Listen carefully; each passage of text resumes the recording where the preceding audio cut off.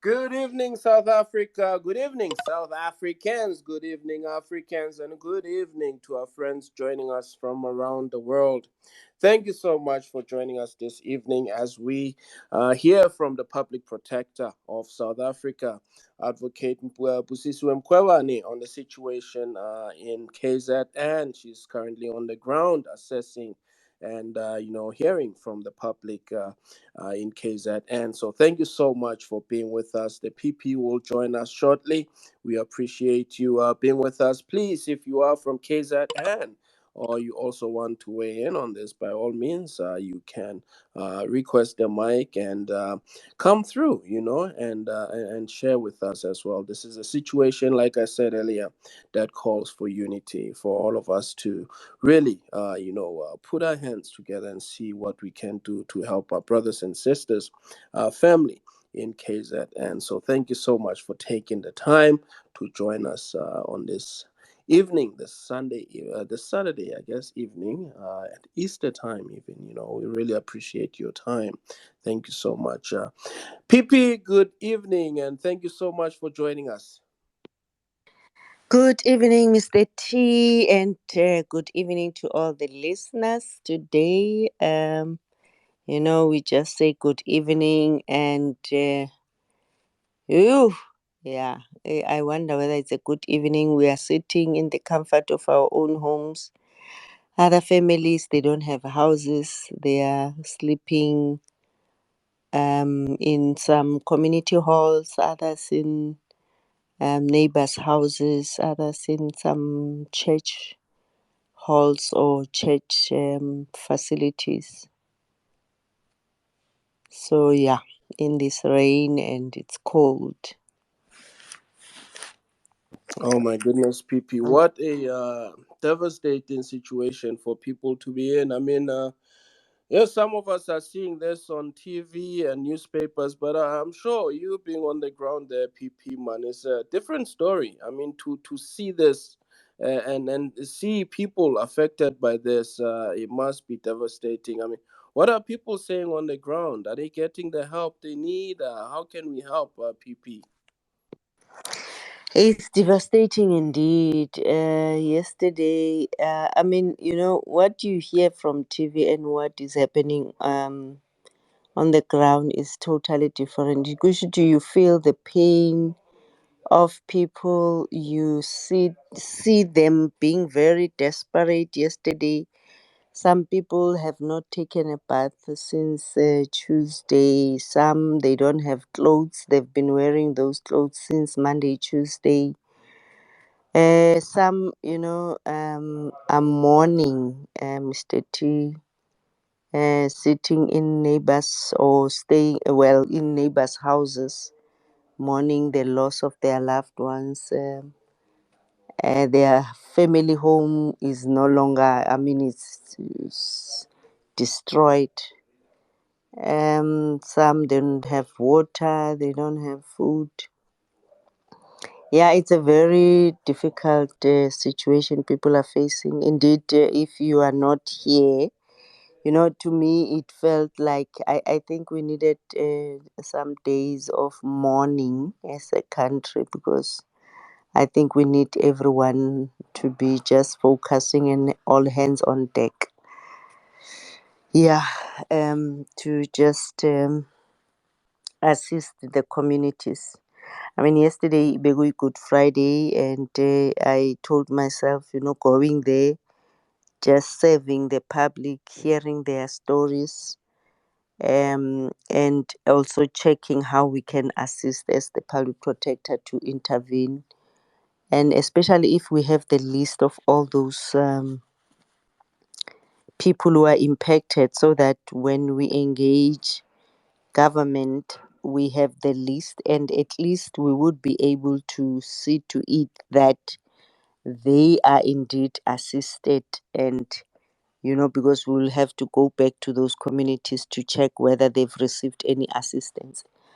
But then I think what is happening is that especially the Kwamashu Business Forum, a very organized forum, which If it was not for them, I wonder those communities, what would they have done? Because at least they are there on the ground providing food, shelter, whatever they could.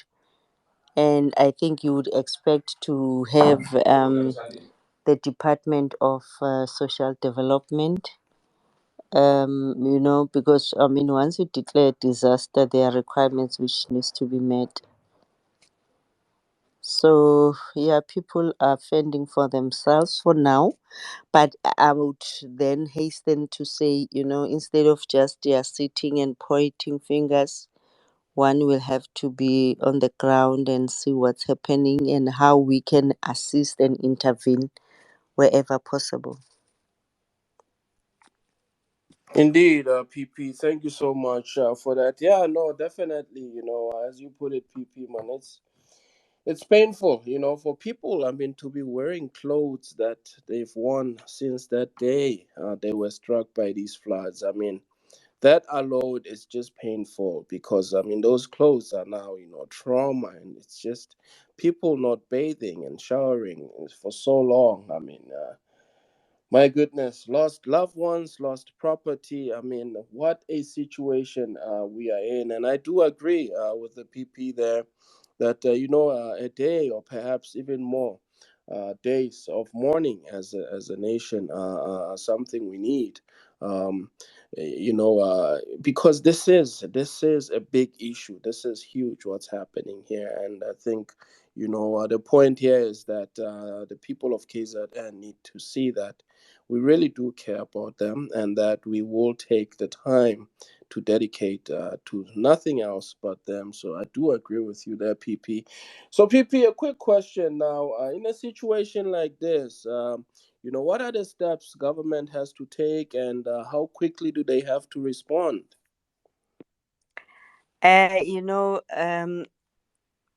Since the state of disaster has been declared, the legislation provides that they should have um, made sure that they release all or any available resources of the national government, including stores, equipment, vehicles, and facilities. A release of personnel of national organ from national organ of the for rendering emergency services.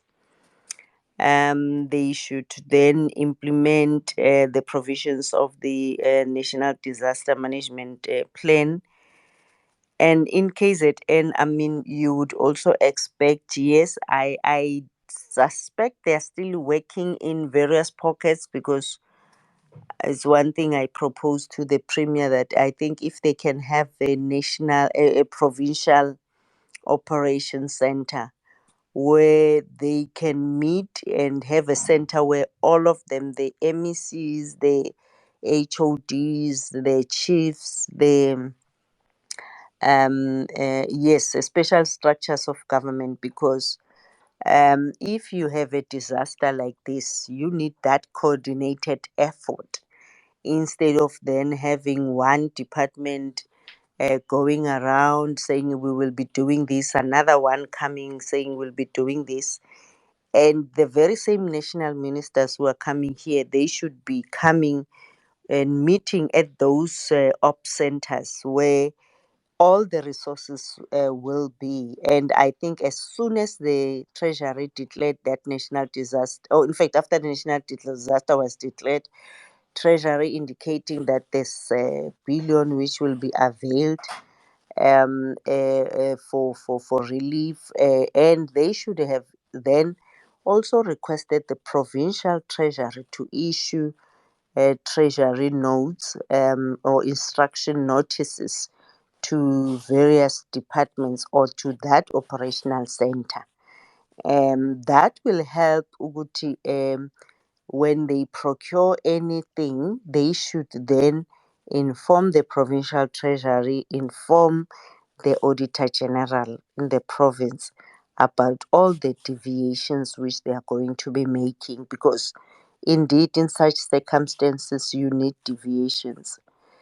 Mr. T, you have the families, I mean, Guamashu meeting those families. There's another community which was on the road nje. Well, they are sleeping well with the neighbors' houses, and appreciate that those people also, they don't have food, they don't have water, which is, you've heard that there's no water around. But you would expect, especially 3 days after the incident has occurred, to have a situation where you have social development. Especially, there are a number of children who are out there on the street, number of women who are there. One woman has a child with a disability. They don't have their house. Others houses, they have, well, they are flooded. But at least there are some things which they still want to look up for, because they would say during the day we must go and just go to look up for our things, because there would be criminals who would want to steal their things. But that has not happened, so I don't know. Well, possibly there's something which is happening, but we areas which are visited, for now nothing is happening. The family of Emolweni, where we went with the MEC of Human Settlement, he promised that at least within 5 days they will build a temporary structure for them. I think that's what they've agreed with the national minister.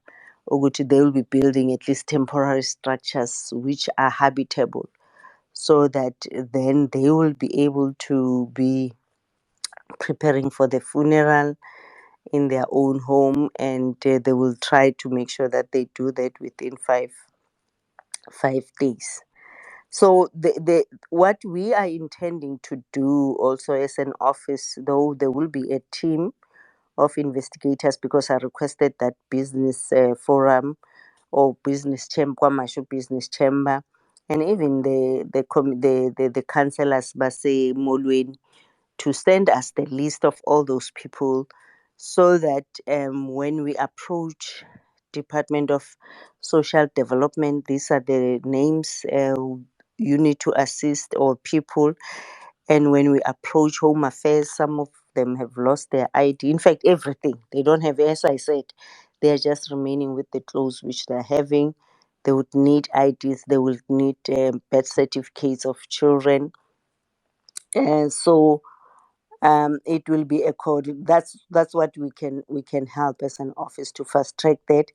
Also approach Home Affairs is to assist with birth certificates and IDs in the meantime. So government has a way of procuring and following proper processes. Hence, we are here to help, and we are here to make sure that they comply. Yes, I know there's a lot of mistrust. I've seen the Cocta has shared in a bank account for people to donate, and others are saying we'd rather give to private companies or gift of the givers or whoever than to give the money to government, because remember they would need to have the money to assist those who would want to bury their loved ones. So if there's this lack of trust over the government, it's a big challenge. But I think as institutions supporting democracy as well, I requested, because I'm still chairing that forum, we will have to meet tomorrow or Monday to see how we can also make sure that we monitor. The auditor general, I know they would also have to monitor the expenditure of the money which has been availed.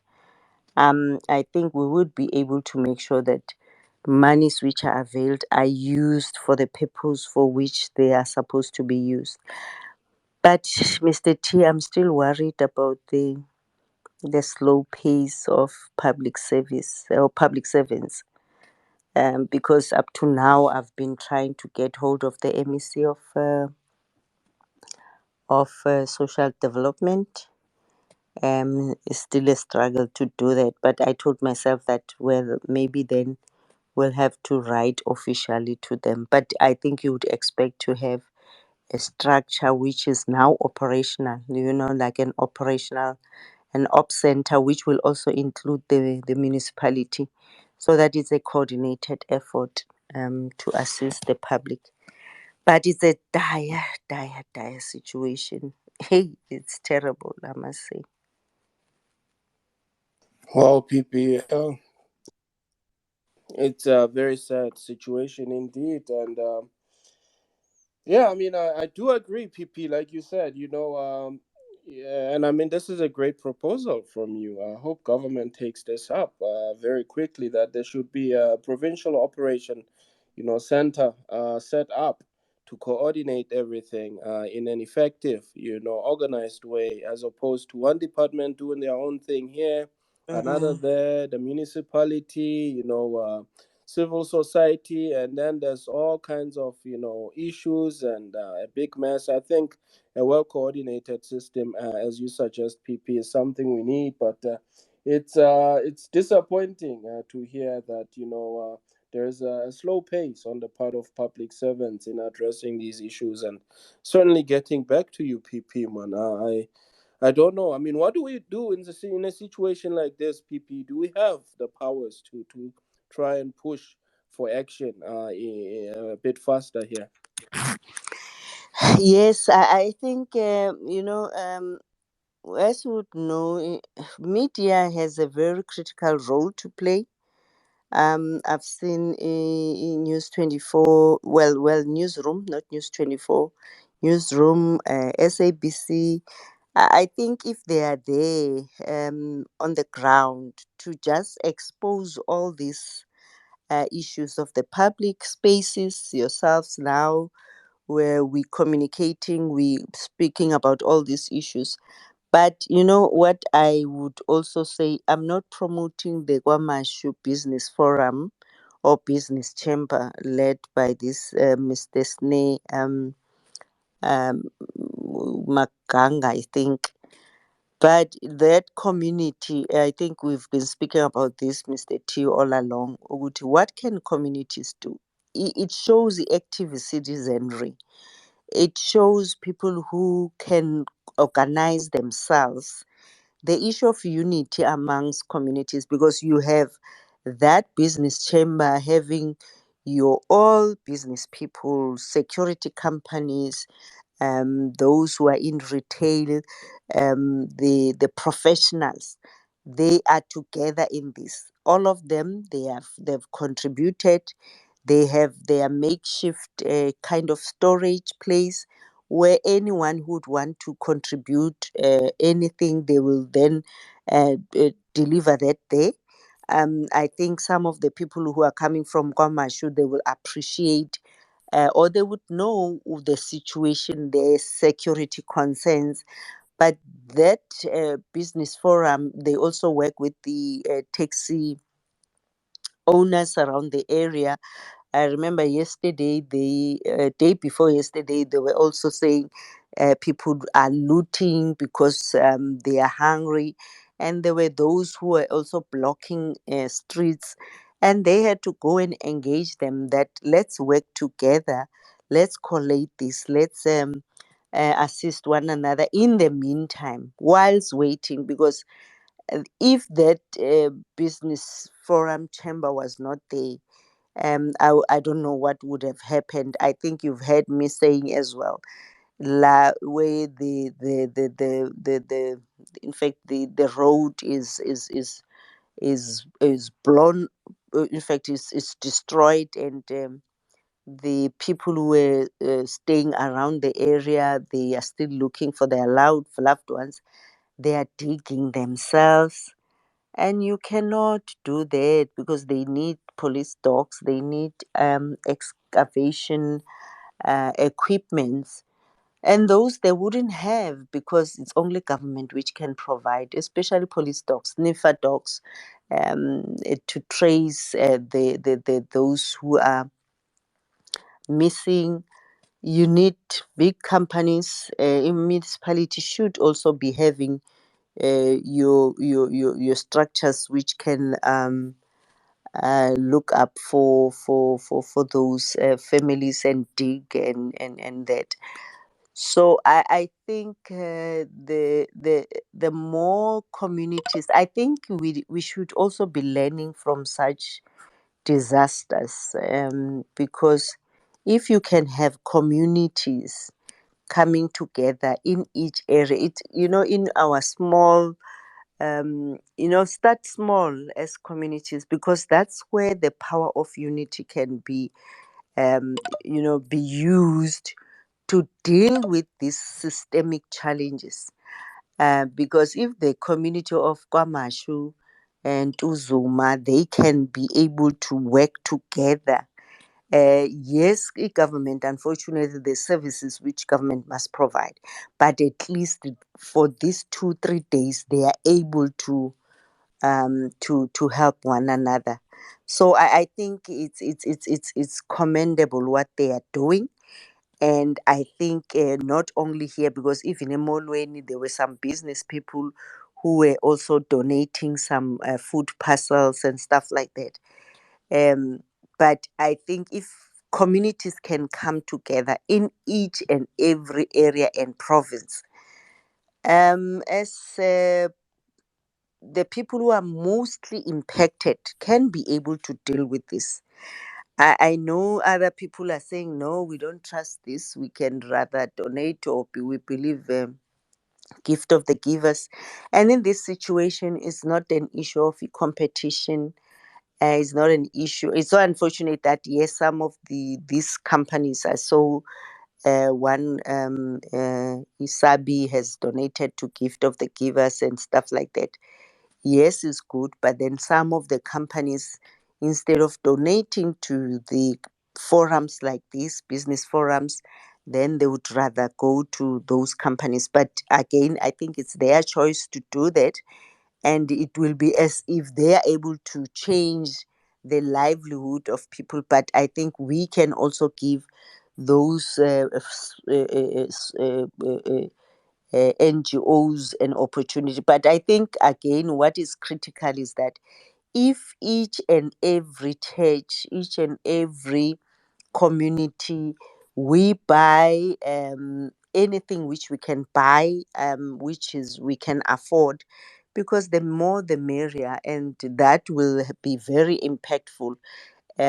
Whilst then still waiting for government to do anything. There are kids, they don't have milk, they don't have clothes, no blankets, nothing. So if we can just as communities donate those individual items, and it's helping, because at least it's changing people's, well, they just see hope where there's no hope, whilst still waiting. Issue ye shelter, unfortunately, buildings are belonging to especially my community halls and that. But there was one place in Tuzuma, this pastor of Eastern John's Church. The building is also very dilapidated, but he was saying, I'm even willing to. There were families which were there, but I'm willing to even have, if they have a makeshift tent, to put a tent in my yard. I'm willing to accommodate people. So I think it's opening up more spaces for people to be accommodated, because it's cold and people are outside. I mean, there was one lady who was sitting there, an old lady saying, I'm not going anywhere. I just want my son. I think his son passed on. So he wants any assistance to be helped to just trace the body of his son. So I think it's just this opportunity gives this disaster gives communities an opportunity to work together. And another issue is the issue of the local chiefs and indunas in areas where they are also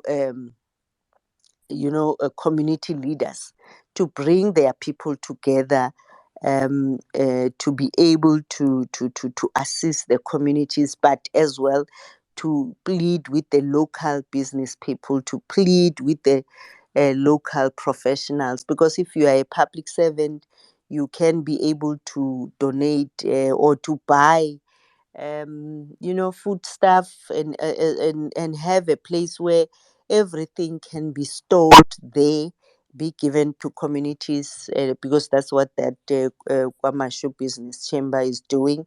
They deliver mealie meal, rice, and some vegetables or anything they have. Then they have women who will take those and have a place where they can cook for the people. So it's that kind of arrangement which is being done currently. All right. No, thanks, PP. Oh, so much happening, and again, all of this falls back on your point on the coordinated effort under the Provincial Operations Center you have proposed. Hoping that government is listening and they'll take that up. PP, if you don't mind, we'll take some questions now. Definitely. And I think this is also an opportunity for people to submit any, the names, because some families, government was saying it's only 27 people missing. Currently, the number is what, 398. But I think we need forums like this where we can ask any person to submit their names, possibly Mr. T, those who are in this forum, or even there for their neighbors and families.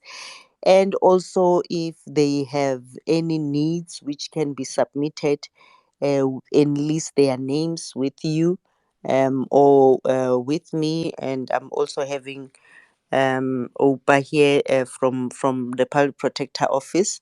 If we can get all those names, at least if we have the list, and we can approach then the provincial department, because we will have, in fact, we have a team now as PPSA, which will have to start then engaging the various departments on Tuesday, so that we can move with the assisting people. Because what we are currently doing as well is that whoever is able to donate anything, we are also requesting them to do that. And I'm seeing provinces, they are calling upon people to donate. I think that's all what we can do as communities. But not forgetting that indeed government has a bigger role to play, and they have the resources for that, and those resources should be used. And it's an opportunity for them as well, because one thing which is the failure in this municipality is the issue of not enforcing bylaws, which is very critical. Because I think this is an opportunity to start from scratch, rebuild, comply to the bylaws, because you can't allow a person to build in areas where people were building. So I think they will also have to then correct that issue of how people are allocated spaces, and how the issue of, especially the issue of spatial planning, which we know is apartheid related spatial planning. But whatever they can do to make sure that people are building in very safe spaces. And there's also the issue of the engineering part, how some roads have been constructed, how some buildings have been constructed. It's also very critical. But I think we can also hear from other communities, other people. We will note that, and we can even give people our email address, and it will help if communities can cluster themselves, send us those names, so that we can deal with this in a systemic format. Thanks. Thank you so much, PP, for that. Definitely.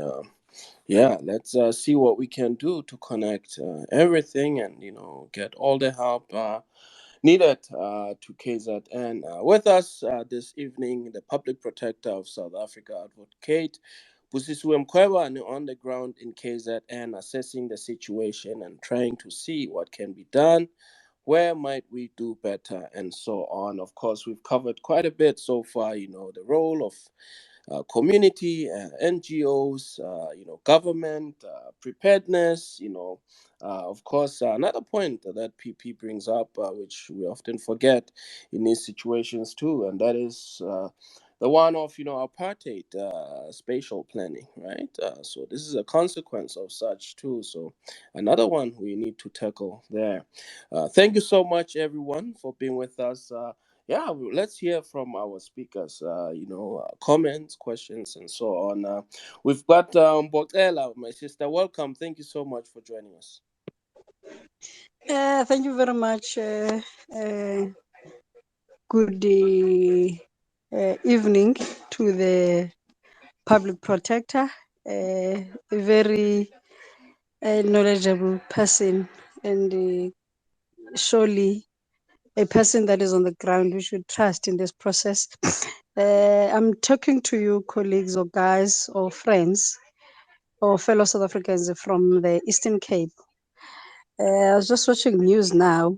The situation in KZN is depressing, and more especially with the fact that as a person that is working in the space of education, we've got learners that mostly are going to miss school in this process, and most probably even the whole year. Because if you've got a person that doesn't even have a uniform, that doesn't even have a house, it therefore tells you that the situation is a bit bad. But what could have been my proposal would be, I remember there was a time where the entire country was galvanized to support Haiti at the time that it was facing an incident of this nature. I do not know, perhaps we couldn't have that kind of a campaign where we try to drum up support. Maybe even say that a person can donate 10 rand. But if you were to say that I must make donation, maybe 1,000 rand to me would be a bit difficult. But if you were to say, let's each of us donate 10 rand, help the most impoverished communities that are affected, because what one cannot run away from is a knowledge that the billions that have been committed by a national treasurer, you'll find that the person that has no knowledge of how to sign a form and all of that, a person that would have been maybe depending on a social grant will struggle to even get that kind of, of support or that kind of funding, because there's going to be a terrible red tape that is going to be there on what one needs to do in order for him or her to get this and that. So I were to say there could be a way to which maybe we talk to the networks that we have in South Africa and say, if I send help KZN, it will take 10 rand from my account of airtime, and that it gets to be sent to the most poor communities in that area, so that we try to coordinate this outside maybe government and outside maybe this society to be established institution, because the issue of trust deficit, it's something that is real and it's premised from the previous experiences that people would have had or would have seen, because you would even ask now, if you can go to KZN, and you'll find that there are businesses that could not, that were never helped even from the July incident.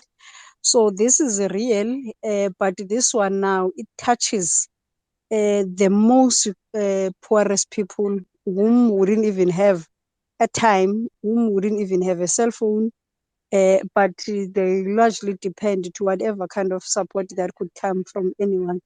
So that would be my submission. And lastly, I think it wouldn't be unfair or maybe be judgmental to those people that are really having a question and having a problem in being able to donate, because of how public funds in most instances have been utilized and used wrongly.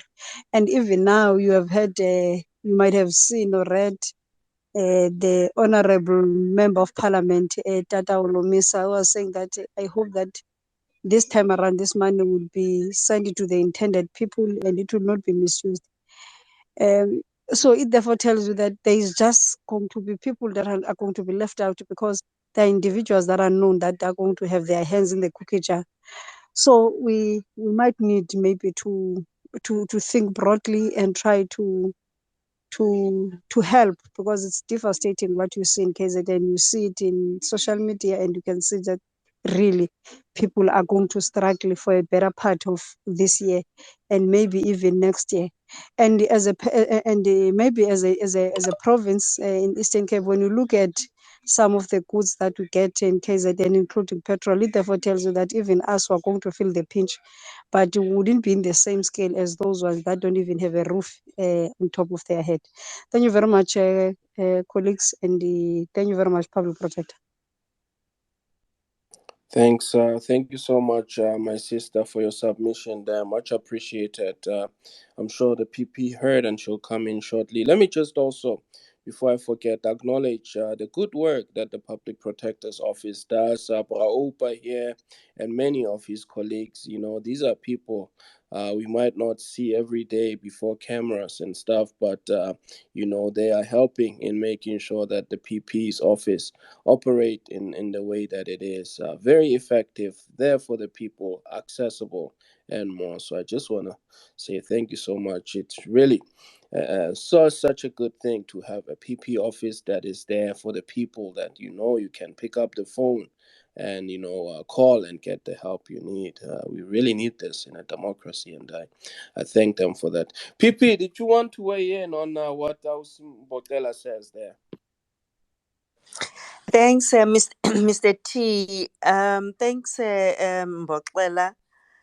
Um, I think it's true what you're saying, that, the way people have lost trust in the system, and how the COVID funds were used, how the very same business people who didn't even receive any cent from the COVID funds relief. But now, if that money is donated, to who must it be donated to?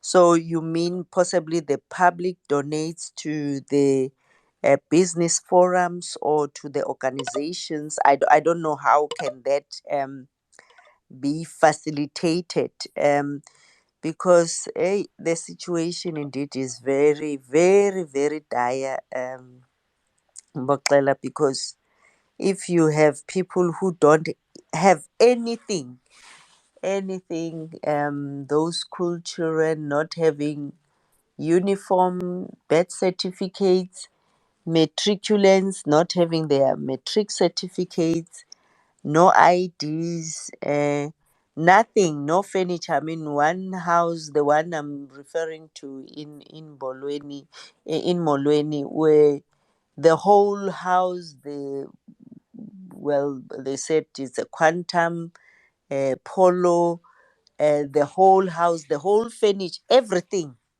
just was swiped, taken, or removed from the face of the earth.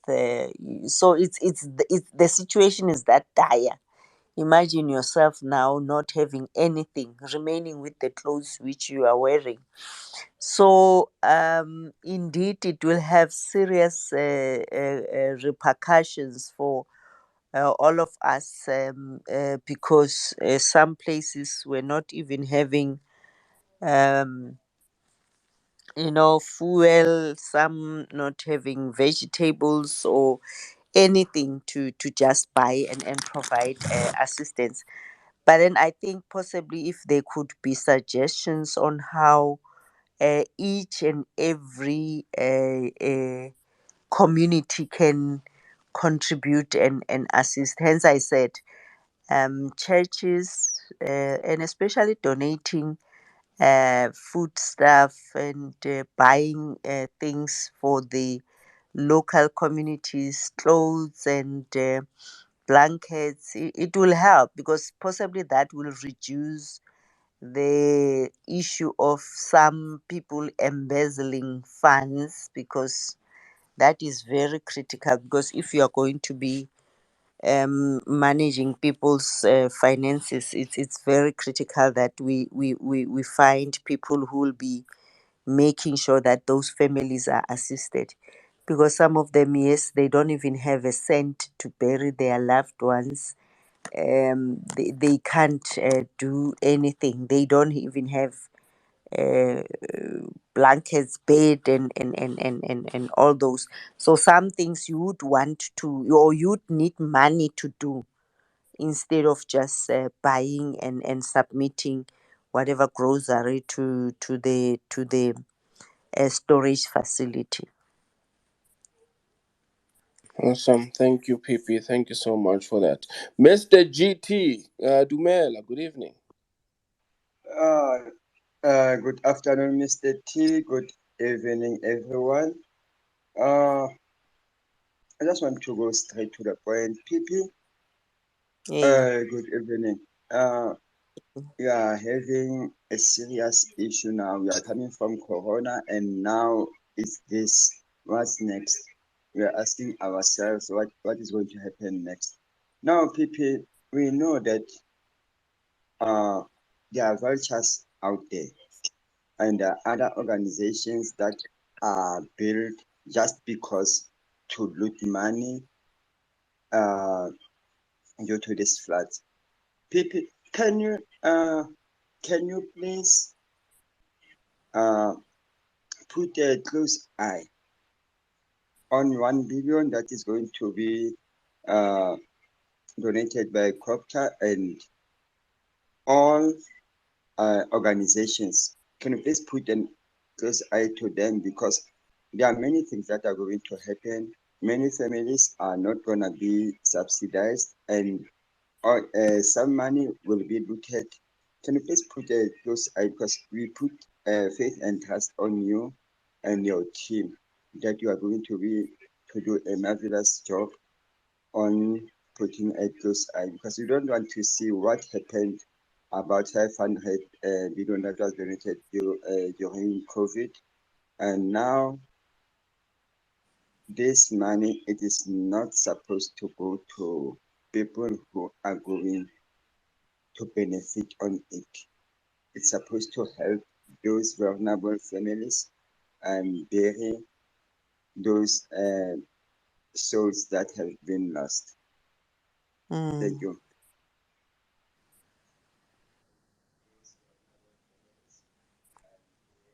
PP?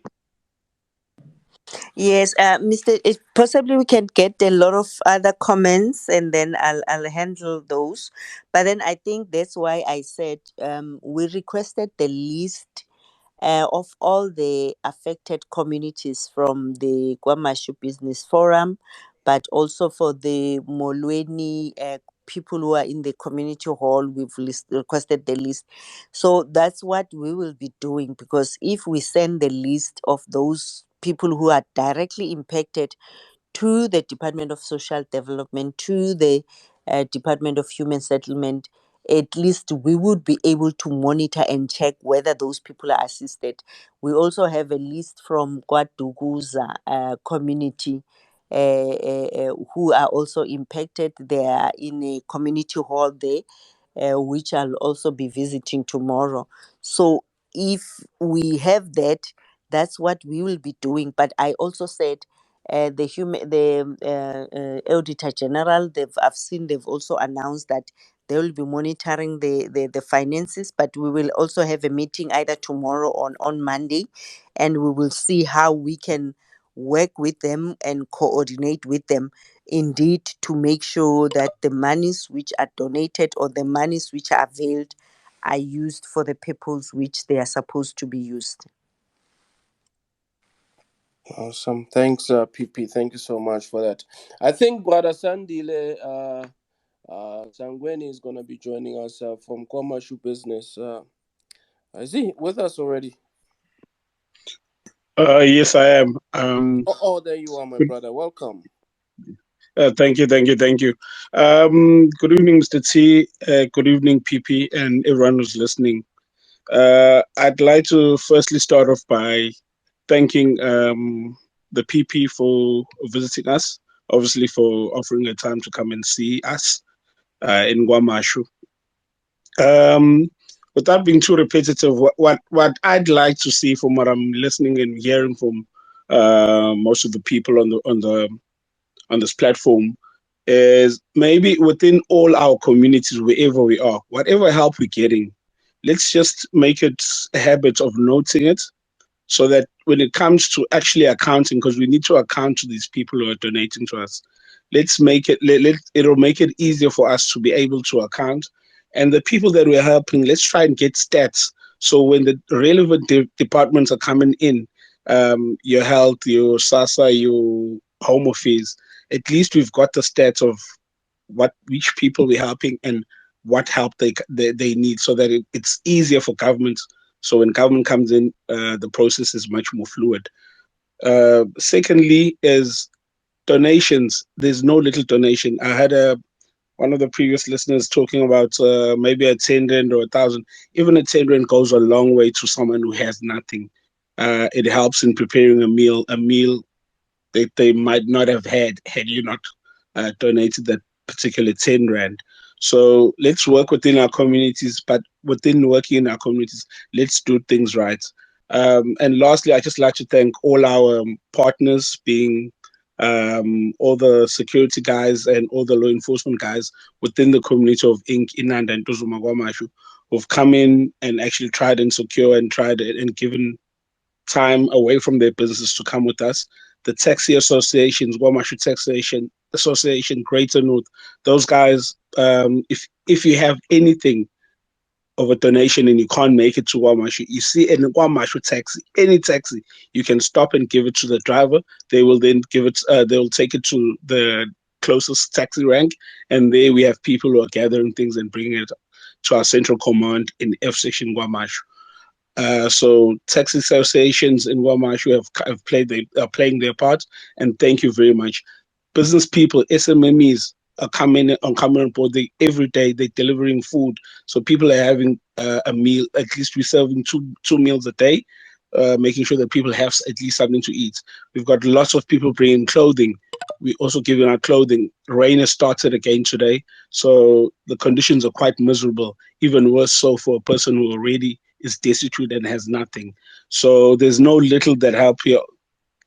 We've given, I think, I've been going around door to door, families around our neighborhood.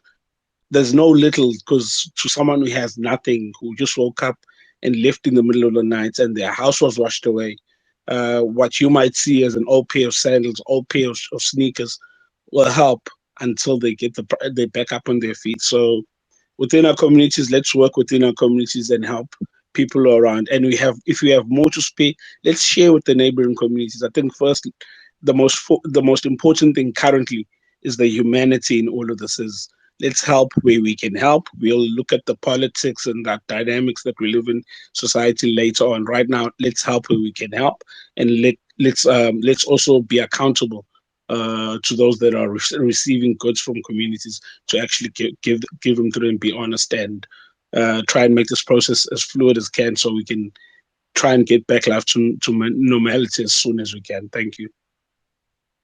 Thank you. Thank you so much, Brasandile Sangweni there, coming from Kwamashu Business Chamber. Thank you so much, my brother, man, for joining us. I know you are busy, and we appreciate you coming through with an update and really emphasis on, some of our priorities and, what's needed, how we might do that. And my biggest takeaway from what you said was that, we need to make it a habit to take note or keep record of the help that's being received.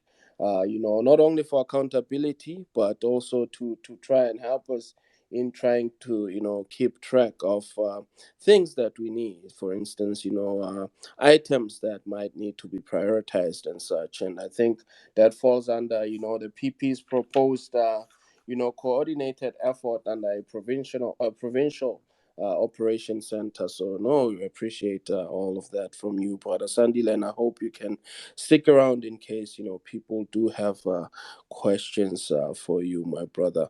We'll hear from Basipo, and then we'll go back to PP to see if she wants to engage Sandile's points as well as Basipo. Sipo, good evening.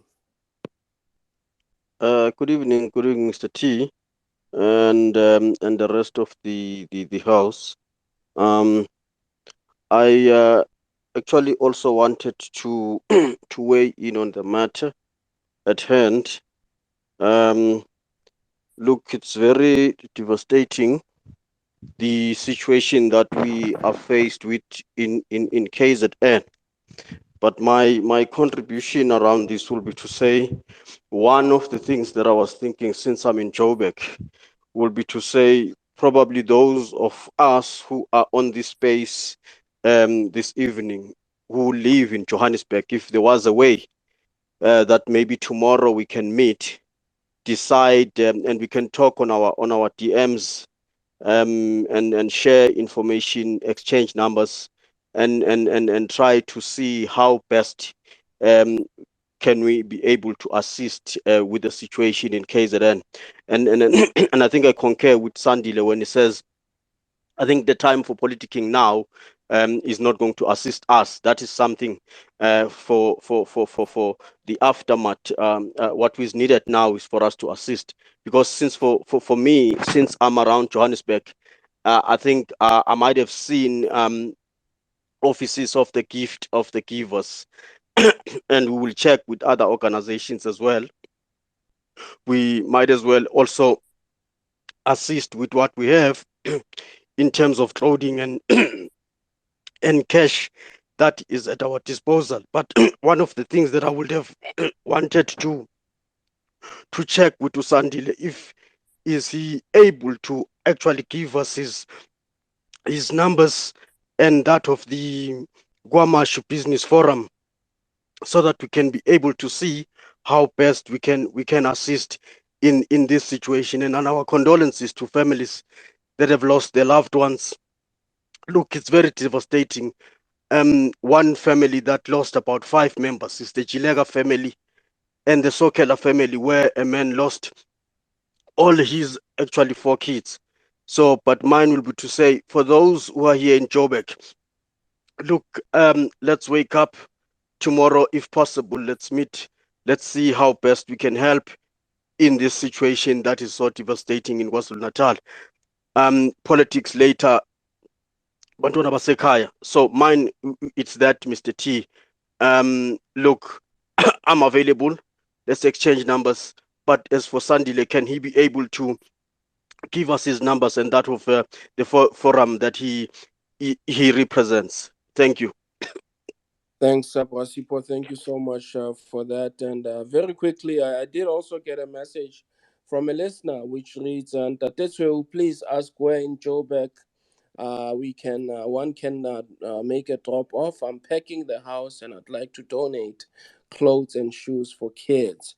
So yeah, some people around Joburg, are trying to figure out how might they help. And perhaps Brasandile, please, if you can come in to answer Brasipo, and we'll go to PP. Thank you. Basipo, thank you very much for that. We are, I am able to give you our numbers. I will put it up on Mr. T's timeline. I'll also put it up on my one for our details, my details as a spokesperson of Guamashu Business Chamber, and also for the contact person we have. I'll also give the details. It's just that the Joburg site was only today. We proposed that we have a a Joburg site.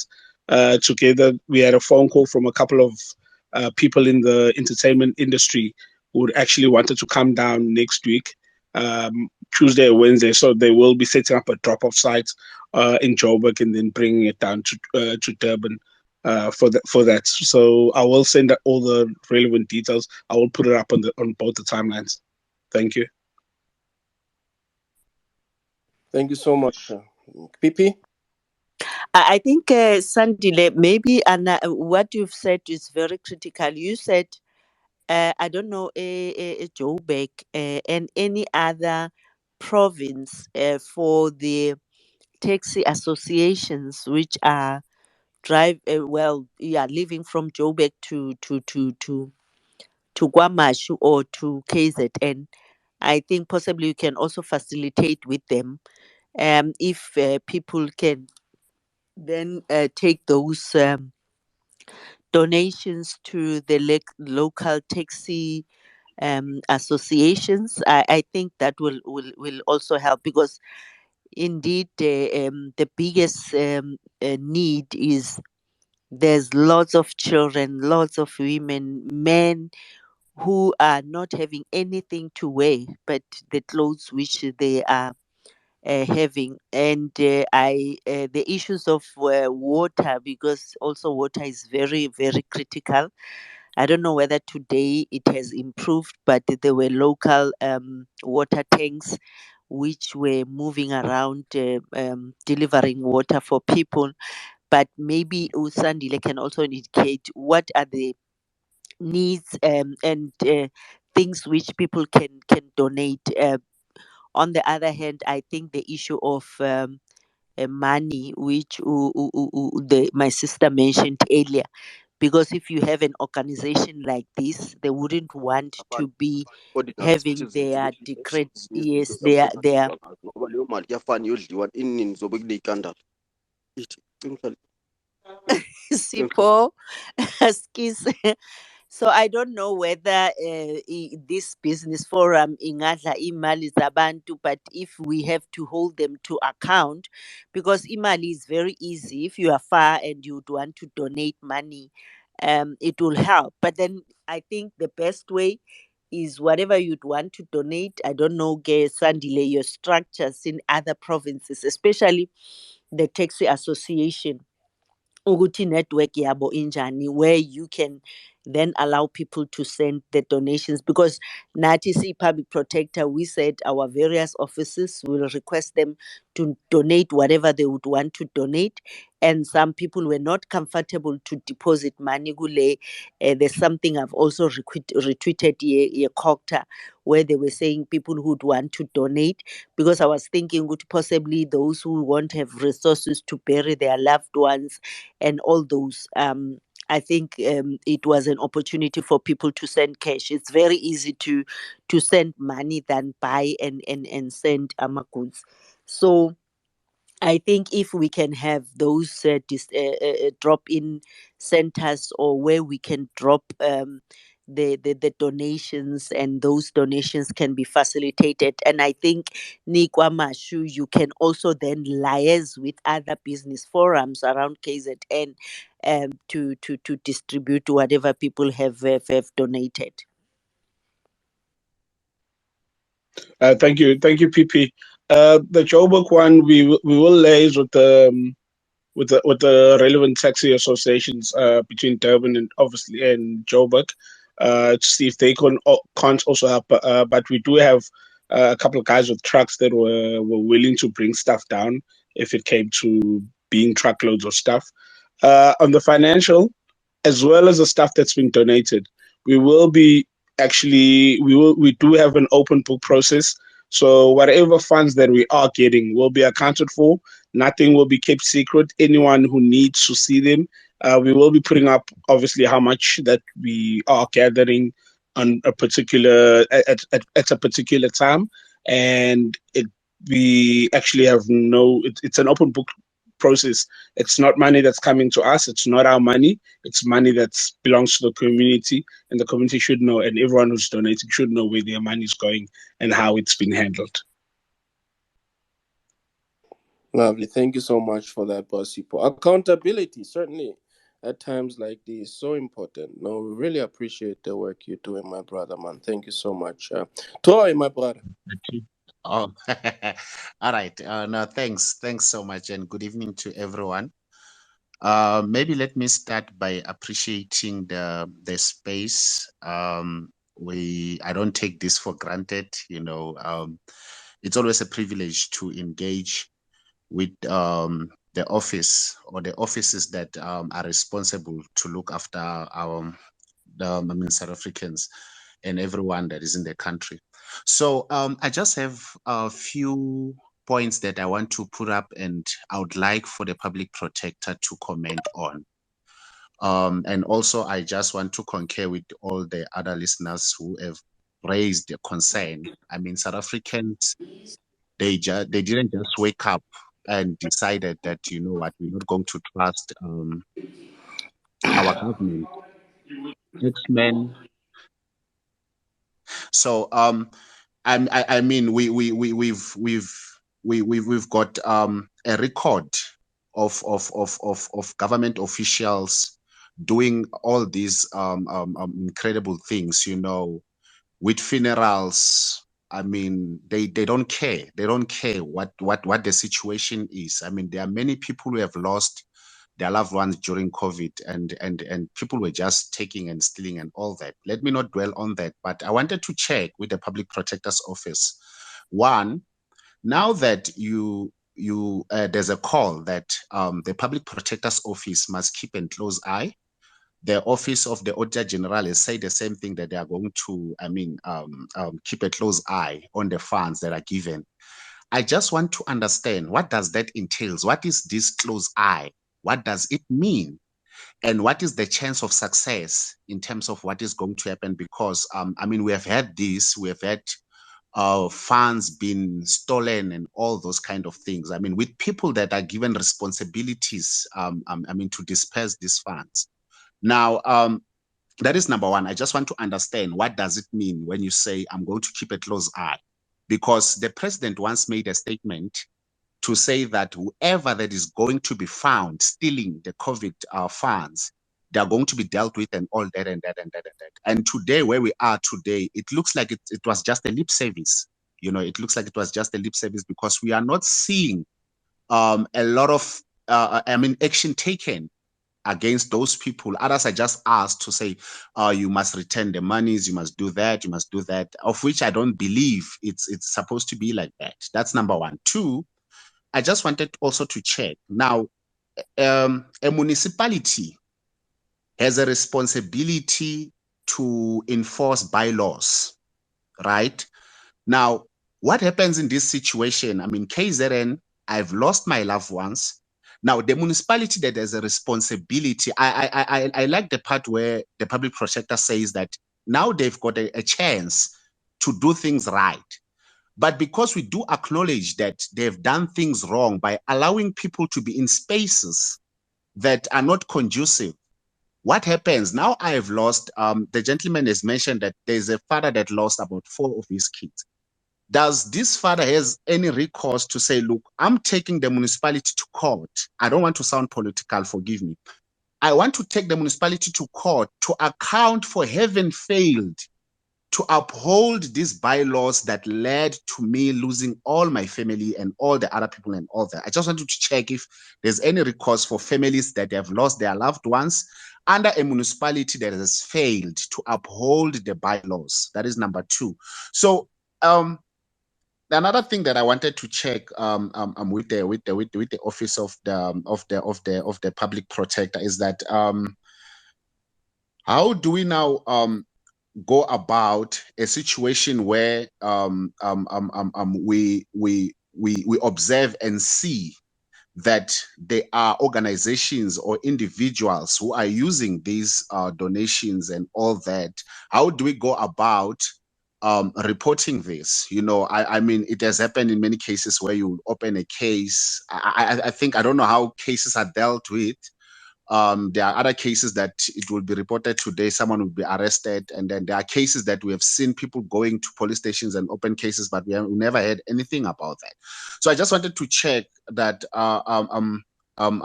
what is the line of reporting this and trying to maybe arrest the situation before it escalates, and all those issues. So if the public protector can at least maybe touch, but the most important part is that I want to understand, when you say they will put an eye, what does that mean? What does it entails? And what is the chance of success around that? Because it's the same most politicians who are going to be around these funds and who are going to be dispersing these funds and all that. Thank you so much. Thanks. Thank you, Troy, for that. We'll hear from David, and then we'll let the public protector engage both your points and that of David. I mean, Troy brings up very important points. You know, what's meant by keeping an eye on something, as well as how might one go about reporting on organizations that either misusing or have got funds missing, funds that are meant for situations like this, such as, KZN floods at the moment. So thank you for that, Toy. David, long time, welcome. Mr. Tsewu and the listeners, the space, guys, I guess the country is in pain, that whatever happens in KwaZulu Natal, some guys were debating whether it's a natural disaster or not. As you know, our people, they are opinionated, but I can tell you it's a natural disaster. And as people, we should take responsibility as well, because blaming government for all our ills is not going to take us anywhere. Knowing where we come from, I mean, the gentleman just reminded us about the COVID funds, what happened. And I just want to raise some few points, and Sandile and his colleagues in Wamashu Business Forum and other areas where people organize themselves. Thumbs up to them, and Patrice Mutsepe as well today, donating the money. I think it will come handy. But my only worry is that our people nowadays are more focused on this narrative that black people are corrupt, and painting everybody with one brush. I can rest assure you, what I've heard about care for the givers, that most companies, when you approach them, they'll tell you about care for the givers. And care for the givers cannot be able to go in all the areas. But by this bureaucracy of saying the corporate world will only give care for givers, that alone needs to be looked upon. Why? Why this bureaucracy? And this issue of mistrust, because the society itself, as I said earlier, must take responsibility. Sometimes I understand that there's no land because this land expropriation without compensation is taking long. Our own government is letting us down. People live in an area where they're not supposed to live at all. And I mean, if I build my house in a lake, obviously there'll be problems in the future. And if water comes in, it will wash me away, or in a lagoon, or anywhere else. So the government must make sure that they give people land, because that's the responsibility, not necessarily even houses. Some people can build houses for themselves. But this issue of mistrust as well, if you remember very well, I heard Mbalula as well saying that there won't be any corruption. Those are politicians. The president said so as well, and we know what happened.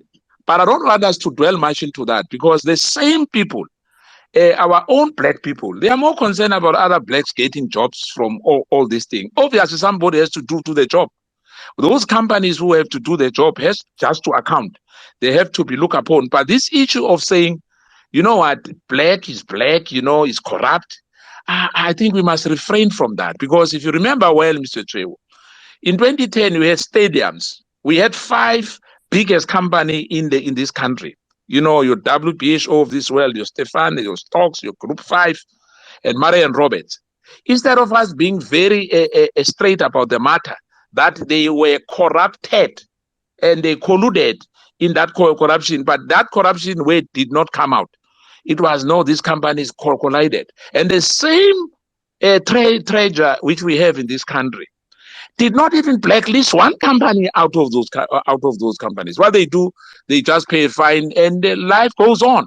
And I can tell you now, all those people, because of our attitude as black people as well, the guys who gonna milk up these funds are European white companies. And our people, perhaps they are now comfortable. They don't care. As long as it's white, it's okay. And Indians in particular in Durban, because they dominate that area, that space. I'm saying everybody across the board, across color line, because this issue of rainbow nation does not exist for me. And I can tell you now, as well as black people. We must not paint everybody with one brush. Let those who are going to account for all the funds will do so, irrespective. But this mistrust, Sipo on the background was saying, "Yeah, bazoyidla le mali." Guys, I mean, people are spending their time, and they started something which I think it must go all over the country. What I've seen and what I've heard about Guamachu Business Chamber, which represent the people. It's not only in Wamashu, but by the way, they go all over the places on Tuzuma, Lindelani. They go all over those areas. For us to cast aspersions that they're gonna eat money, I can tell you. Then, therefore, it means we have to close down the shop. I mean, the guys must close down their shop because there's already a mistrust. People are saying they are gonna eat the money. I don't think it's fair. I mean, people are contributing their time, and no one forces them to do so. Those companies, some of them, they're spending even their money for their families to help because that's Ubuntu.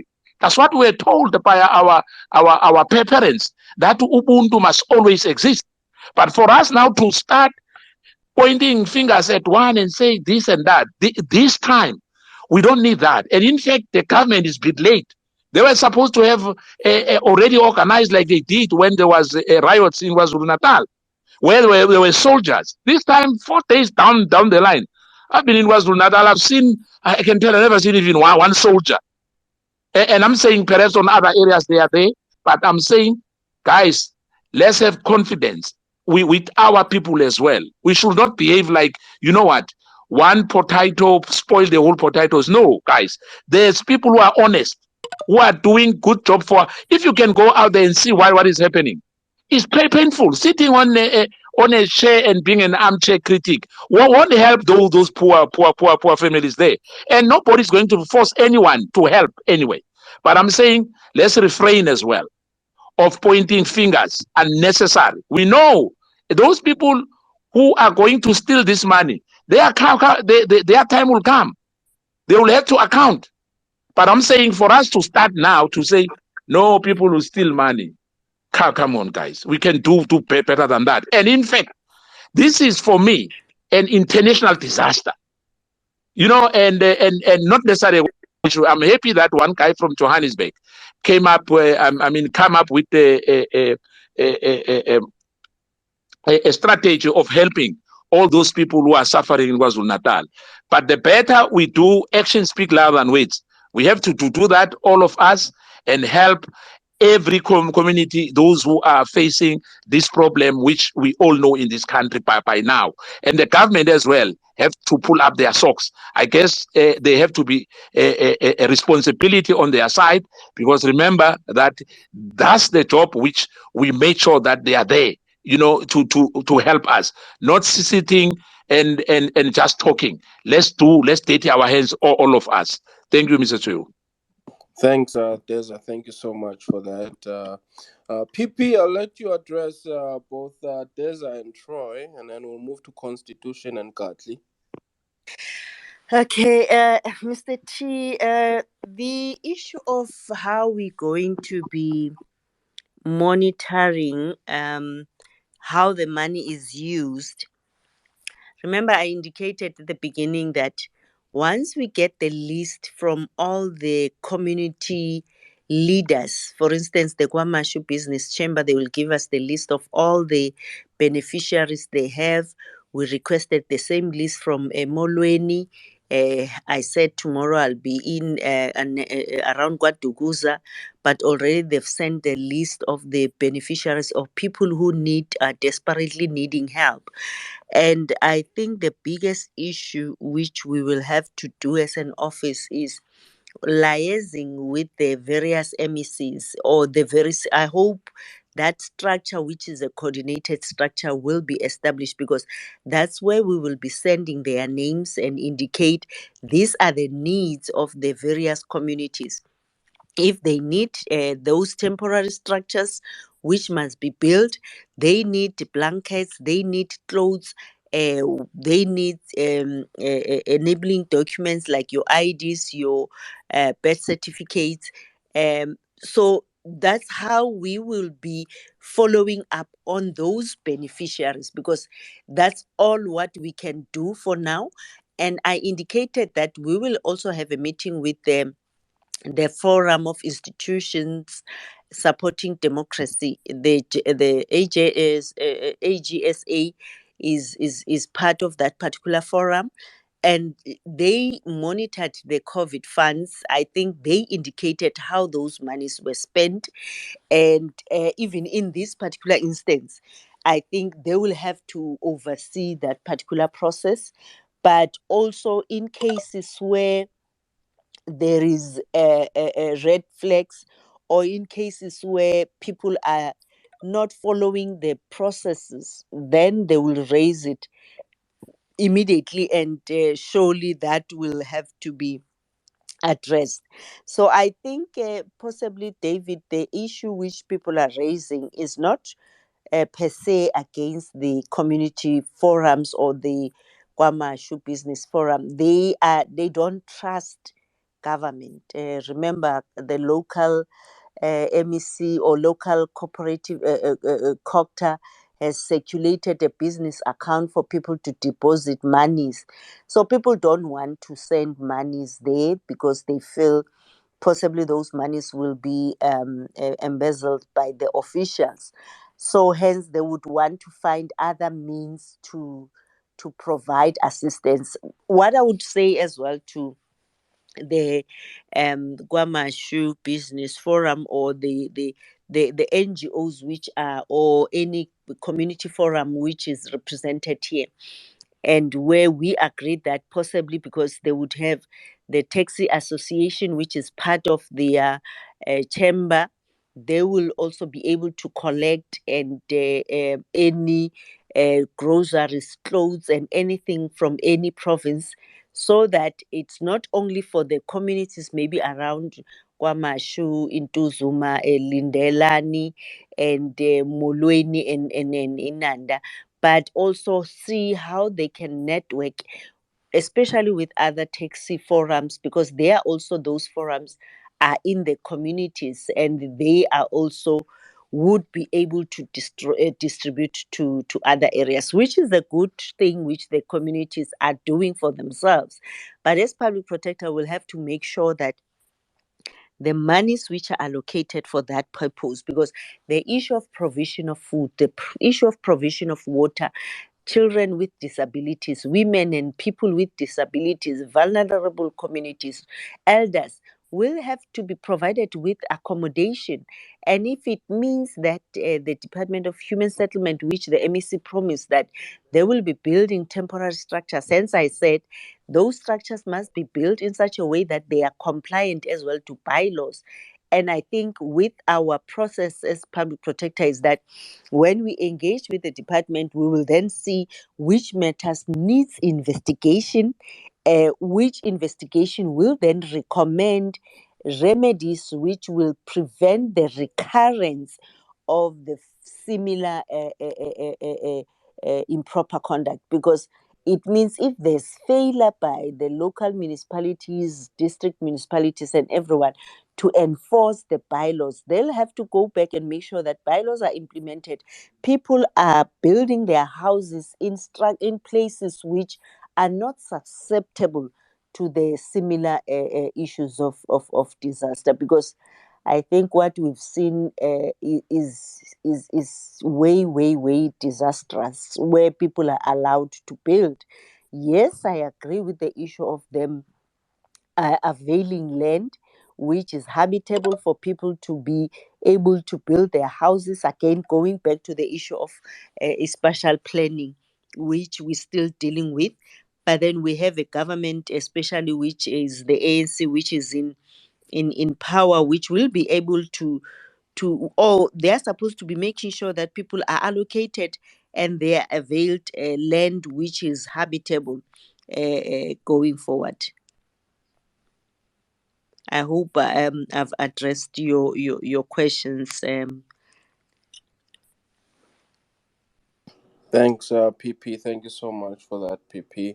Let's go to Constitution, and then we'll go to Katli and other speakers. Constitution, welcome.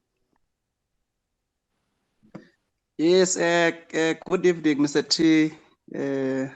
Good evening as well to the PP and other speakers. Evening, Dad. First of all, I would like to thank you, Mr. T, for having this space because not all of us are in KZN. So we get to read about what is happening there from newspapers and as well from and can get information from television. But we do appreciate as well that the PP has managed to go to the places where this thing is happening, these floods are happening. And as well, we have to appreciate the national departments which have descended to the place. I think they went there on the second or third day after the event. The affected municipalities seem to be on board. Big or small businesses as well seem to be assisting, and the media, we have to appreciate what the media is doing because almost every day they are telling us about the story there is more or less the same as what is happening in Russia. Our media is, I can say, on hourly basis get new updates. Volunteers as well and individuals who have gone to the place and who are assisting. We have to appreciate those people and those who are still wanting to go to KZN. I heard one of the speakers saying they will want to go to KZN and then see how they can assist. It is very good that we have such individuals in our society. We have to appreciate such initiatives. The second point, Mr. T, I would like to concur with the public protector on her concerns about the pace of the public service. It's extremely slow. If you can make comparison between what has happened during the July unrest and what will happen now, is you're going to see a completely different picture. During the July unrest, we had the private sector was heavily affected. It was in July, but by October, most of the businesses were ready for December rush. They had already built up their supermarkets. Things were on board, cleaned up. Everything was almost working. There are factories which are still being renovated, but most of the malls were already up and running for the December or Christmas holidays buying. But with the public service, what is likely to happen, unfortunately, we are going to have another Charlotte Maxeke where a structure gets bent. Then it takes forever for the structure to be restored. Still forever. Even today, you still hear the stories of Charlotte Maxeke, which was bent the other time. Not just now, maybe it was last year or so. What is going to happen with this situation in KZN? The things, because it's going to benefit a lot of people, these temporary structures, which the public protector is talking about, the temporary structures, the water carts, these temporary measures, I'm telling you, those ones are going to last, are going to outlast the permanent solution. The permanent solution is going to take forever. The responses from human settlement, the responses from the local COCTA and others, water affairs, to put permanent structures in place, those things are going to take long. That's my only concern, which we are having on this thing. And because temporary solutions are beneficial to local comrades, I'm telling you, is that those ones are going to last. If someone doesn't monitor that part of these water cuts and temporary measures, whatever is temporary, the temporary blankets and this and that, people renting out their places to accommodate this, those temporary measures as the ones which we need to monitor the expenditure towards those ones very closely. The third point, it's unfortunate, it is very unfortunate that all our concerns, we had the same concerns during before March in 2020 of the COVID looting. Again, we're having the same concerns now that this money, some of this money, because what the government has done, the ANC government has done, has put in place. They have put in place a COCTA department, COCTA department, national COCTA and provincial COCTAs to handle disasters. handle through legislation, put this thing regulation, put the disaster, this and that, and also coordinate on the ground. But I think that thing is only good on paper.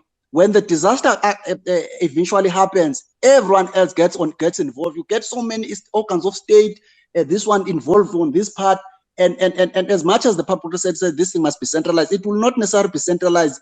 You will get transport doing its own thing and someone else doing his own thing. Then during that period of everyone doing something else, then that's where you get loopholes. That's where you get a duplication of efforts. You get a looting of resources during that period, because people will not. We will hear stories of being under one minister saying, "No, I'm being undermined." A provincial, the national minister is coming to my space. He has not consulted me.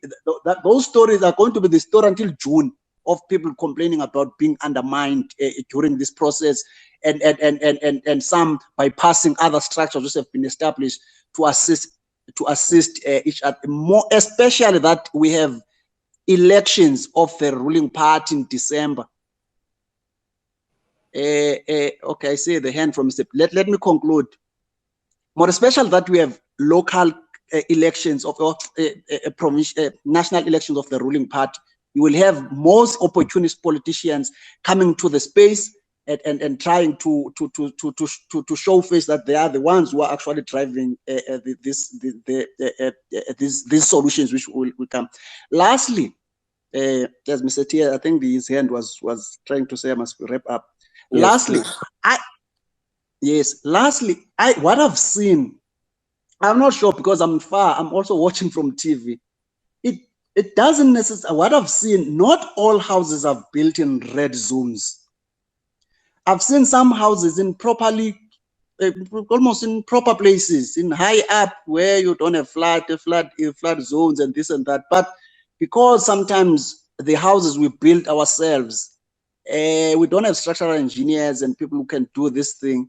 Perhaps government in future, because of these disasters are likely to happen, they must start to have a public, maybe engineers who avail themselves to go to our communities when people apply with free of cost, just to check the strength of whatever structure is going to be built and issue certificate and advices. Maybe that will assist in trying to save some of these houses which are being built in correct places, but because they are not being properly checked and quality controlled by engineers, then that's the situation.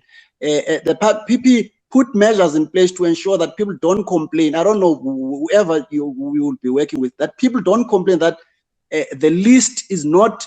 It includes public servants. It includes people who are not affected. And it's like as we have with the 350 wrong people are benefiting from the list, which is going to be channeled to these relevant structures, and these blankets and building material are going to people who have not been affected whatsoever. Thank you, Mr. T, and your other speakers and PP. Thank you so much, Constitution. Unfortunately, the PP is going to leave in about 5 minutes for another commitment. So, what I'll do is just run through everyone. If you have a question, not comments, just if you have questions for the PP, we'll see if we can get them addressed before she takes off. If not, I'll hand them over to her office and we'll do our very best to bring you answers after those questions are submitted. Katli, please come in, my brother. Let's try and keep it at a minute each if we can do it. Thank you, Mr. Tshweu. Ke a leboga re Tshweu. Me Busisiwe Mkhwebane. Ke a go leboga le wena. All I'm asking is that PP, can these funds be protected by any means necessarily? Because me and you, we know that there are corrupt individuals who are coming up for these funds, PPE. So is it, I don't know whether it's possible for the Hawks to be sent, to be an eye on these funds. Ba sa tla nako e setse ile madi a setse a jelwe. The Hawks must be there to see whether these funds are distributed well to the vulnerables, because these funds are for the vulnerables. They must not benefit these corrupt individuals. I don't know whether it's possible for the Hawks to be sent there. I thank you, Public Protector, and Retsu. Thank you so much, Gatlaho. Appreciate that, my brother. We'll see what the PP says if time permits. And please don't lose hope. If the PP does leave, we'll continue for a bit. So you are heard if you are a speaker. Dr. Deza. Thank you very much, Ntatesu. I heard you mentioning my name earlier, but I should indicate that I haven't spoken yet. But due to the time constraint, let me just shoot my question. I will come back for the comment later, just in case when people have questions for the public protector. Wanted to find out, I see that Sandile is gone and public protector is equally about to leave. I wanted to find out if there are any banking details for people who are not around. I know that indication has been made for collection points, but I'm still asking in terms of a contributing money. Can Sandile, I think, yeah, his name is Sandile, make available those details, or if the PP has those details and she's probably not in a space to provide them, Agahudi Sandela, Mr. Sue, and then you can make them available. I will reserve my comment for now, just for those who have questions. I will come back with my comments later on. Thank you so much, Dr. Deza. Chair. Chair Mweng, are you there? Thank you, Mr. Tillman. I'm having a difficulty with network. Perhaps it should pass. I'll come back later on. Thank you. Thanks, leadership. Axman. Axman, can you unmute there on the left? Thank you, Mr. T. And greeting to everybody in the space and greeting to our public protector. Unfortunately, Sunday is gone, Mr. T. And the public court protector is still here available. I wanted to talk to both of them. To me, Mr. T, when you think of a billion donation, I think of the previous billion donation. So I get a little bit nervous. I don't know how the the PPA is gonna handle this thing. But anyway, my contribution was suggesting this: why we not creating our own gift of the givers through public protector and Sandile to create a first structure and maybe look around Devon or in the location where we can have a warehouse which will put those donations in and have a proper structure of this event, because I can tell you some event that look like July last year is gonna come. We're still gonna have our people in trouble. So why we not asking the public protector to help in establishing our own gift of the givers? Because this red tape of corporate will only give donation to gift of the givers. Right. It doesn't sound very well for me, because how the gift of the givers will reach the real people who are sitting in a bench as I'm talking to you now. It does not have anything. Okay. So if Sandile can help us to create a structure which could be another structure or in other provinces. We have another Sandile in other provinces. We have another Sandile in. Yes, man. I'm sorry, I have to jump in. The PP has got to go, my brother. I apologize.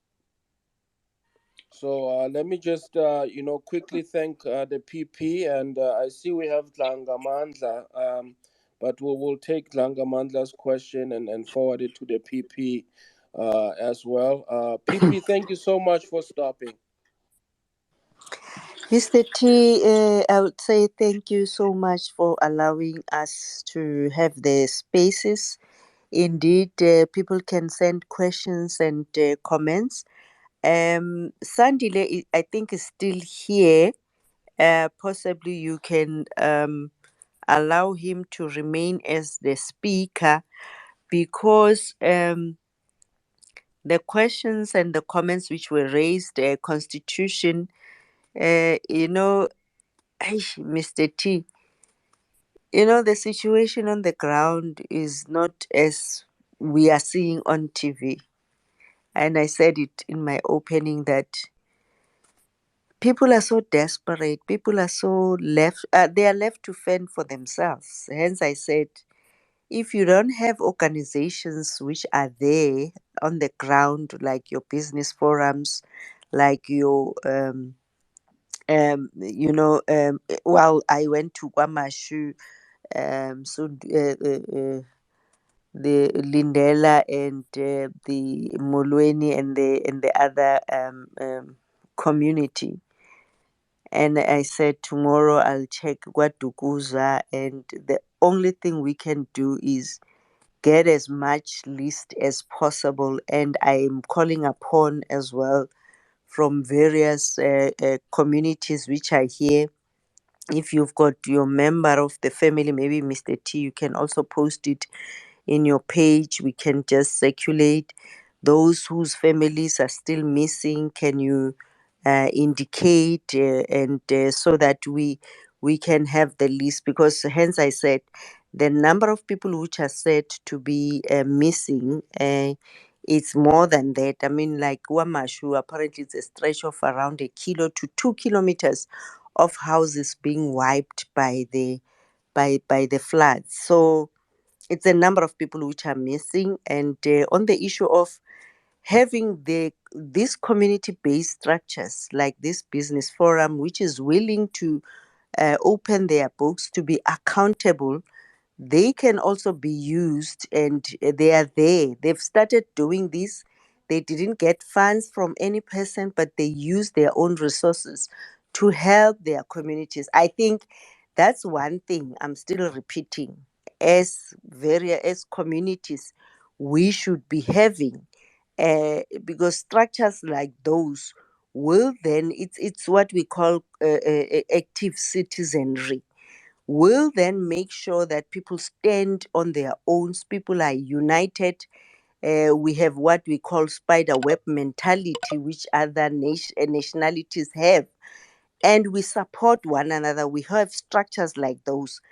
I think out of every tragedy and disaster, we need to learn. We need to learn lessons, and going forward, be able to sustain ourselves, because structures like this, once they also are united, they can also be able to take government on and stand for the local communities, because that's what we are also promoting as an office, is having as a public protector, having people to be their own liberators, to be their own protectors. Because if you stand up for your community, you hold the premier, you hold the MEC, you hold the HOD to account, then there will be service delivery. And I'm still saying that, unfortunately, 3-4 days down the line, communities, no movement.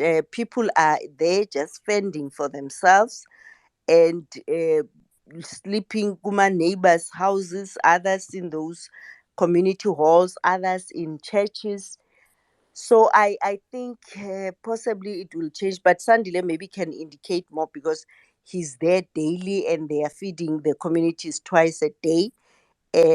Will also have to indicate whether, unless there's something which has changed and there's some processes which have been put in place by the local municipality.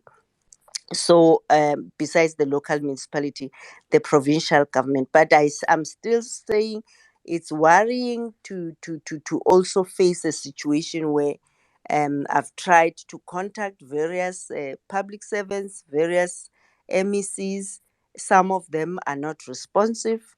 Some of them, yes, are responsive because we will take the list. The MEC for social human settlement is willing to help. We will be working with his office to do that. But I think let's have a structure which is coordinated, which will be able to help the community in a very structured and coordinated manner, so that you don't only get food and clothes, but then you still sleep on the street. So I think you'll still have to have your house being replaced. You still have to have a situation where everything is resolved for you in a week's time. And I get you, Constitution and everyone. This shouldn't be a temporary solution. The monies which are allocated, they should put people in the positions they were in before this disaster took place. Because if you have a shelter, a roof over your head, let that happen. If the area is not safe, I must indicate as well that there are those other members of the public who are saying we are accommodated the people whose houses have been swept away by the floods, but then ourselves we also want to be moved in the areas which we are at, because we are at risk. Yes, our houses are still there, we can still accommodate them, but it shows that when we have another disaster we might also not survive. Therefore, it means this is a solution which is not supposed to be temporary and say we've provided people with accommodation, but it's a situation where then it's special planning. And if it means cordoning off those areas and move people to areas where they can be accommodated permanently, and also places which are structurally, and the engineers as well have advised properly that those areas, your environmentalist, your quantity surveyor.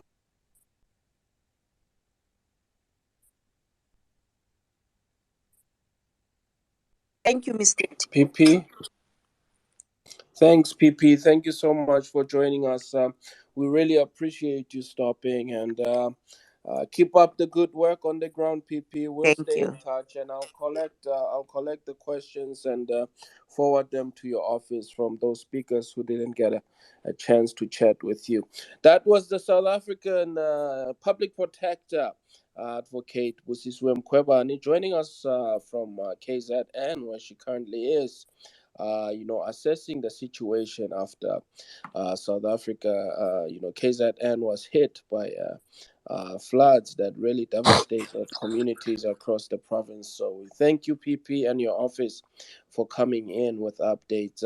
Let's go to Dlangamandla, my brother. I'm so sorry. We'll try and get your No, it's question okay, forwarded. Mr. Tsu. It's one delay, yeah. I just Okay. changed my pseudonym Okay. because I was becoming synonymous and I had to change the picture and everything because I was getting attacked on DM somehow. But nonetheless, thank you very much for the opportunity. But just in the instance of PP, I just wanted to say to her, good luck, my sister, in your office and the hyenas out there. That's all I wanted to say to her, besides what I'm going to propose here, what I'm going to present here. In 1 minute, I'll sum it up. Historically, South African towns and cities have always had a river around them. And in particular for the coastal province of KZN. I'm from KZN. I'm in Durban right now. I'm a victim of the flood. I'm watching it and I'm witnessing it. The devastation is immense. If you are not here, I think you're better off because you don't get to see the pain.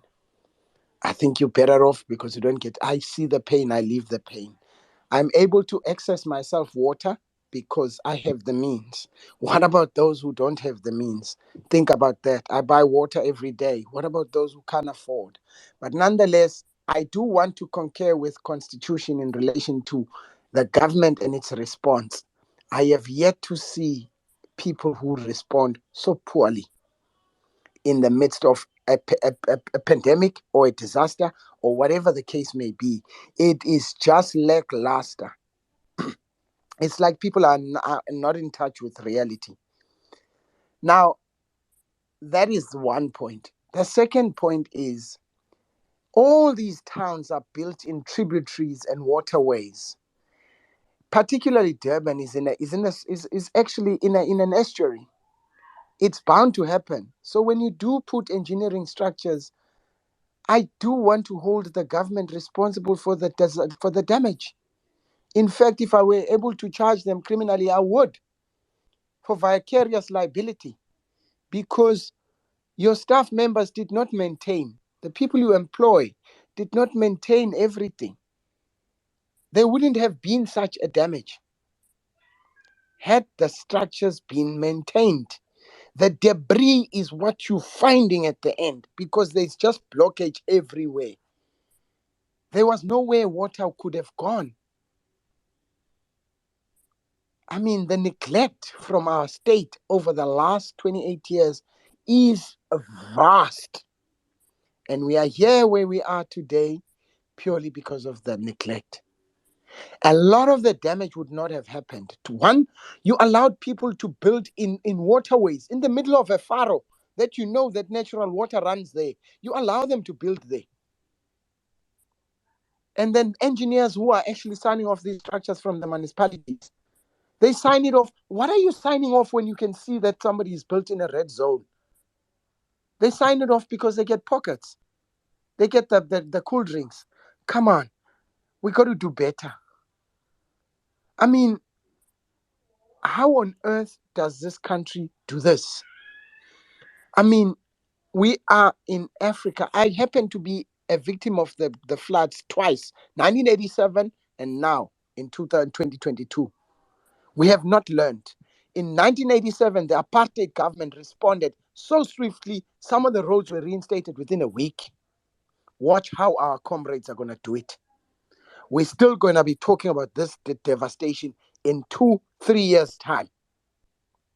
And let me tell everybody who's out in the other provinces, if you think this is only affecting you emotionally, sorry, my friends, I have to tell you, the engine room of the South African logistics, which is the port, is at an absolute standstill, which means this devastation is going to be felt out and wide, worsened by the roads that will not be able to deliver anything from you. So for those of us who understand logistics and who understand its structures, we actually feel sorry for the South African public. We have no clue what the worst is about to come. And may the souls of those who were lost rest in eternal peace. God bless them. Yo, thank you so much, my brother, and I'm so sorry, man. Thoughts, prayers, and love to you and the family. You know, it's very hard, but extremely, extremely important that we hear from victims on the ground. And here we are, hearing from a person that's been affected by this not only once, but twice. And you can feel it in his voice, you know, the pain, the frustration on the part of government and what can be done. So our hearts are with you and your family, your community, my brother, and please, we will do what we can to help. I see Brother Sandile left. Maybe he'll come back, but he did send me bank details. I'm going to share that soon. At the top in the space and on the timeline, so that Dr. Deza and others who are asking can get the information. X-Man, my brother, I rudely cut you earlier on. Please, let's come back to you, and then we'll check back in with others if you can finish your point. I apologize. Thank you, Mr. T. Thank you very much for understanding. Yeah, to me, Mr. T, I don't believe in talking and talking and then we don't do anything. I think we is an unfortunate Sunday is gone again. PP is gone again. But my request was, why not create a structure that is going to be there forever to to to manage this event in the future. But currently, for what is happening, why not have that structure that can have a warehouse, the bank account? I think maybe the bank account is, you said you're gonna share with us the bank account and the warehouse where everything will be stored and retrieved according to the need of different community and be distributed to those community at the same time. And we have to make sure that that distribution is like audited. Sunday, obviously, open the books and we audit that thing get audited. Why we don't get that? Why we can't put our head together and have a structure that is gonna be there for us? Thank you. Thanks, X-Man. Thank you so much for that, my brother. Really appreciate it. Cher, are you back, my brother? I know we skipped you earlier. Is your network okay now? Thank you very much, Mr. T. I hope you can hear me. Yeah. Uh, No, Cher. Your network is still giving us trouble. That's It's on and off, leader. It's on and off, but we'll try and give you time so that hopefully it will reset somehow and work. Apologies, man. We'll give you time though. Dr. Deza, I see your hand up, my brother. No, ke a leboga Ntate Tshweu. I just wanted to say Usang Tebala, because you made an indication that you were only taking questions earlier on. So, bagaetsho really nna ke tseye this opportune moment to send my heartfelt condolences to the people of KZN, those who have lost their loved ones, their homes. You know, it's a very painful moment. We might not be in KZN, that is who, but we relate on so many levels. You know, when I saw what was happening in KZN, it took me back to 2007 when I personally experienced the very same thing. Uh, Many villages, ko Mafikeng, ko Bapong specifically where I come from, there was a tornado there that swept our houses. You know, that is who I'm speaking to you today now, since government made promises back in 2007. Our families, and not just mine only, but all the families in our villages had to rebuild their houses because government did practically nothing. So I think I forgot who was making submission earlier and said that we shouldn't point fingers and blame the government. And I suspect that whoever that was making those submissions is probably one of the beneficiaries of this corrupt ANC government who does not get to experience what the people on the ground are experiencing when government does not care about them or even trying to assist them when such a disaster occurs. You know, it's a very painful moment. That is where I won't lie. We are seeing pictures from KZN. Hence, my my request earlier was that at least provide us with banking details so that when we are here taking out our frustrations, we are equally lending a helping hand. Uh, I know that the public protector addressed this issue earlier, but I also had a comment that this way. So if you feel like I'm taking you back, please allow me. I think it was David who was saying that we should put politics aside.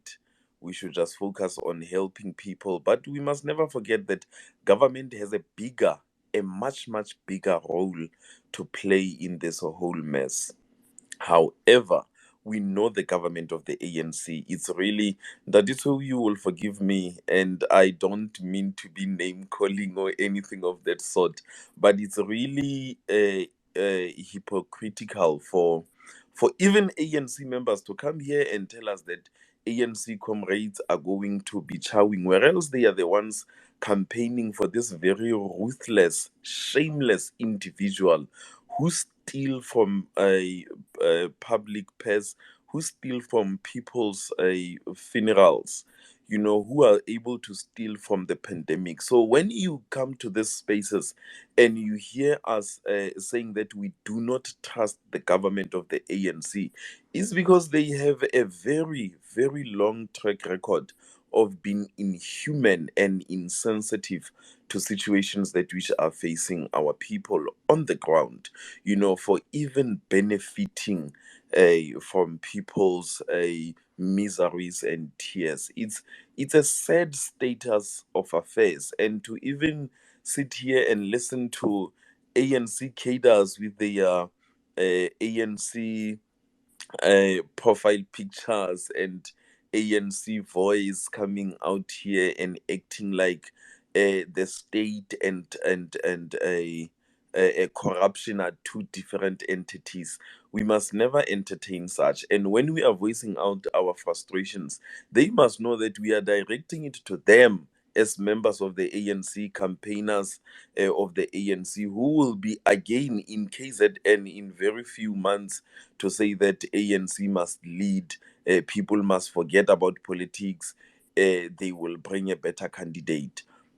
Unfortunately, the public protector, I was listening as she was making points that the auditor general and her office will keep a close eye, but we know that the very same comrades are going to clear each other there in government and go before the parliamentary ethics committee like they did with the former minister of health, to say that they have cleared them. They found that they did not commit any crimes when people have benefited.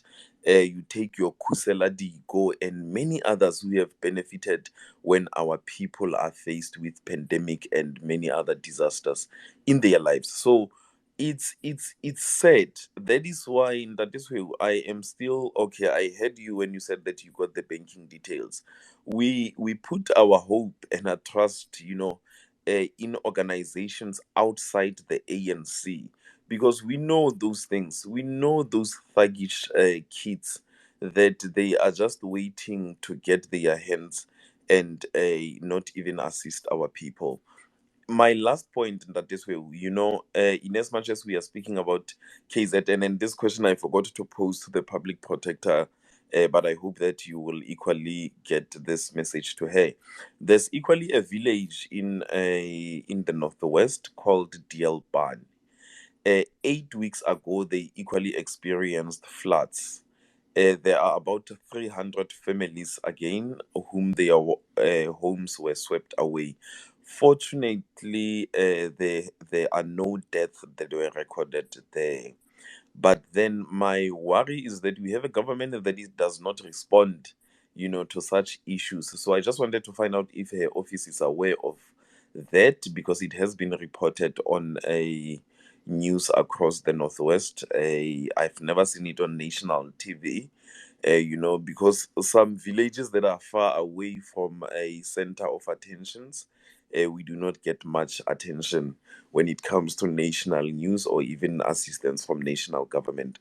That way, so let me pause here, Ke go leboge, and the speakers, and also in absentia the public protector, for having came here and just kept us up to speed. And also to appreciate the work that which Sandile and his forum is doing there in Kwamashu. It's really good to see people ba ba santsaneng ba na le kutlwelo botlhoko, and who are having a conscience to at least, when one of us is experiencing such, to chip in and assist. It's really, there's hope for humanity, and ra leboga for that. Thank you, Ntate Swe. Thanks, Dr. Deza. Thank you so much for that. I don't know if the public protector is aware. I would think that they are, but I can definitely check in with her office on the situation in the northwest that you raise, the flooding there. So much happening, and I think to the PP's point, that we need some kind of structure in place. X-Men also emphasizing this, precisely so that when these things happen, a system is in place, responding in a very, timely manner. We really could do better, but again, putting our heads together is precisely what we need right now. And like the public protector said, we can learn from these strategies and disasters, and we can only do better, forging ahead. So thank you so much, everyone, for joining us. The public protector was with us earlier on. She left, but yeah, she came in with an update on what's happening, and we appreciate that. She's currently on the ground in KZN, so I'm sure we'll keep getting updates from her. We've heard from people also in KZN, affected by this, but also, trying to come up with some solutions, trying to help as best as we can. As you can see at the top, we shared information on how you might be able to donate, or help in any other way you can. Of course, we had a sister earlier on in Brasipo, asking if there's any way people can help, those in Joburg. And I think Basandil is going to look into the possibility of, getting taxi associations around Joburg that are KZN bound to bring some of the materials with them, which is good. I mean, our taxi associations, I must say, can be very organized. So this is where we really can use their help too. So we'll have to see. Some updates will come through, I'm sure between today and the next number of days. Constitution, you wanted to come in, my brother. Oh, wait, before Constitution, I apologize. We have a sister here. Tutukile, I apologize. Please do come in. I'm so sorry.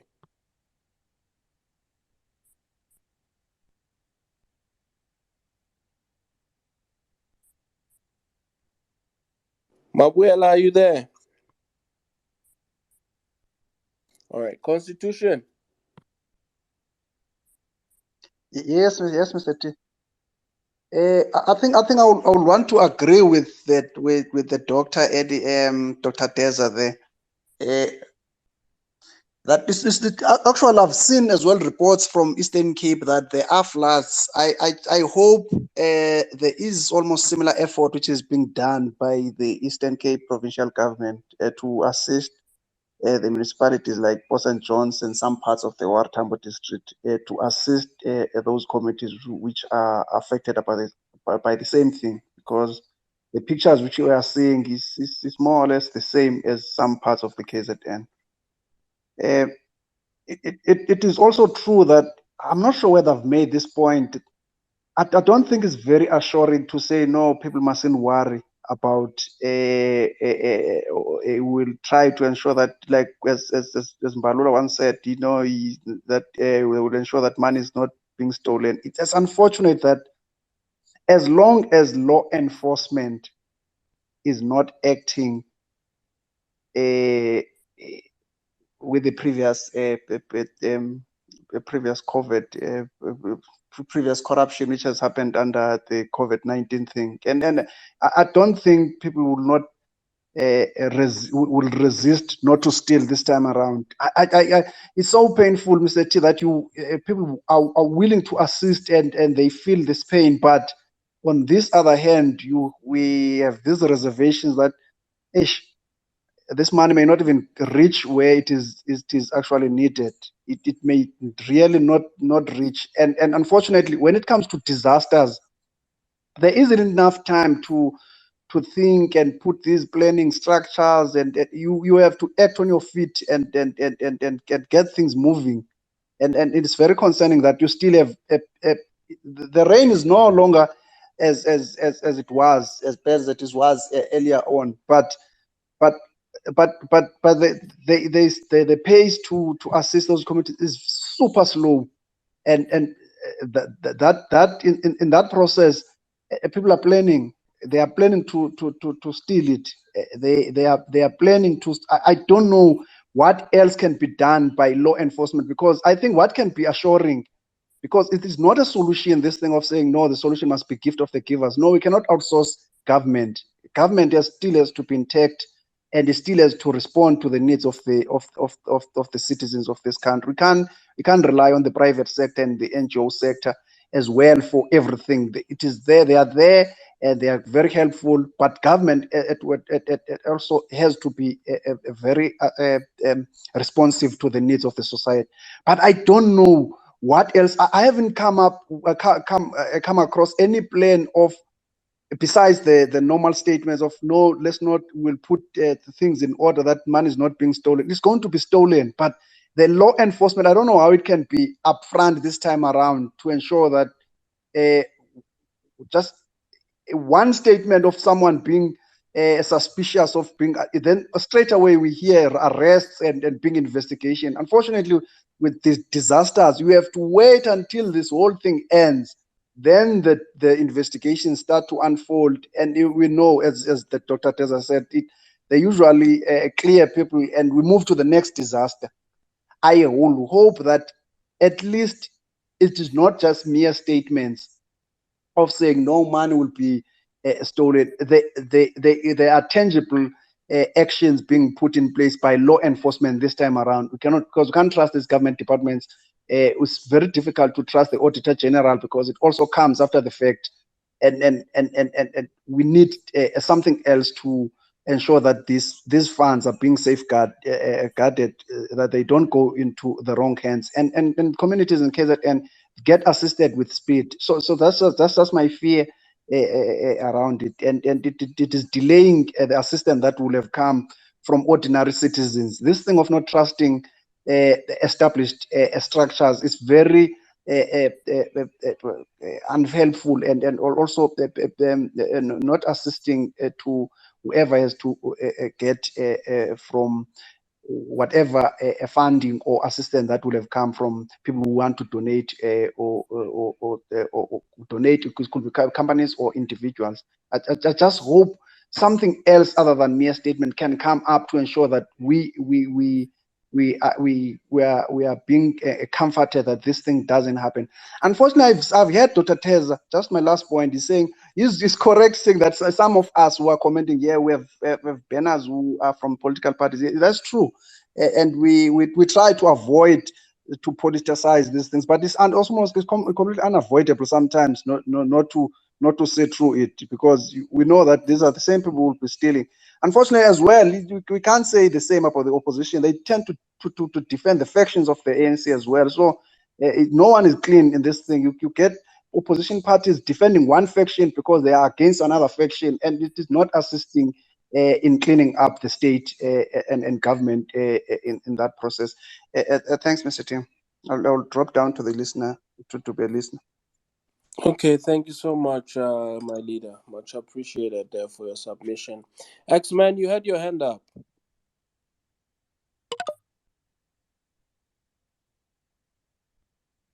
Mr. T, but what I wanted to emphasize is the structure. Sandile must confirm whether we can use him as a first initiative, just to have a structure. We need a structure, and we don't need a structure only in KZN. We need a structure across all provinces, which is similar to gift of the givers. Thank you. All right, thanks so much, brother. I think Sandile is off now. I know he's busy, but we'll see if he can come back. Tutukile, are you there? All right, Chair, are you back? Leadership. Thank you very much, my brother. I'm back. I had to drive out of the comfort of my own home just to make a few contributions for the purpose of what we seek to achieve with regarding the subject matter. First and foremost, I think I wish to second what Sipho has highlighted earlier on during the start of this program, to say he's based in Joburg, and those that have got an interest to to touch base with him to do so. I'm sure for the purpose of having a festival of ideas to see how best we can intervene and assist. Some of the speakers, of course, they spoke about their concerns, or their concerns are, I think they are justifiable, to say at times we allow government to be in the forefront of certain things, and realistically they have proven beyond any reasonable doubt that they can be careless, even with money. They can even steal money meant for Nelson Mandela funeral. They can steal money meant for Mother of the Nation, Winnie Mandela. You name them, you know. But that alone goes to show Gote, we need to occupy that space as community and say, how best can we assist the process moving forward? And it's on the basis of that I wish to support that suggestion by Sipho Hlatshwayo, but also go further. I must also go further to challenge you, Mr. T. I think your influence goes beyond the borders of Africa. You have influence even in the United States. You've got friends, you've got in Canada, in Africa, in South Africa. And some of the people you even invite them in this space for the purpose of various engagements. And it is this time that when we talk about Black unity, we see that in motion. We see that practically happening. So I wish to challenge you to say, yes, there's Sandile, yes, the gift of the givers, yes, there are other formations that are willing to assist the process. But as the host of one of the most popular spaces in the world, it is my wish to submit to you that you consider favorably an opportunity to marshal, lobby other forces that you work with, have an account that is specifically meant to assist the victims of KZN floods. As one dealer rightfully put it, in a longer run, in fact, not even in a longer run, already we are affected by the current status quo. And as people, we need to stand up and say, how best can we come on board and contribute?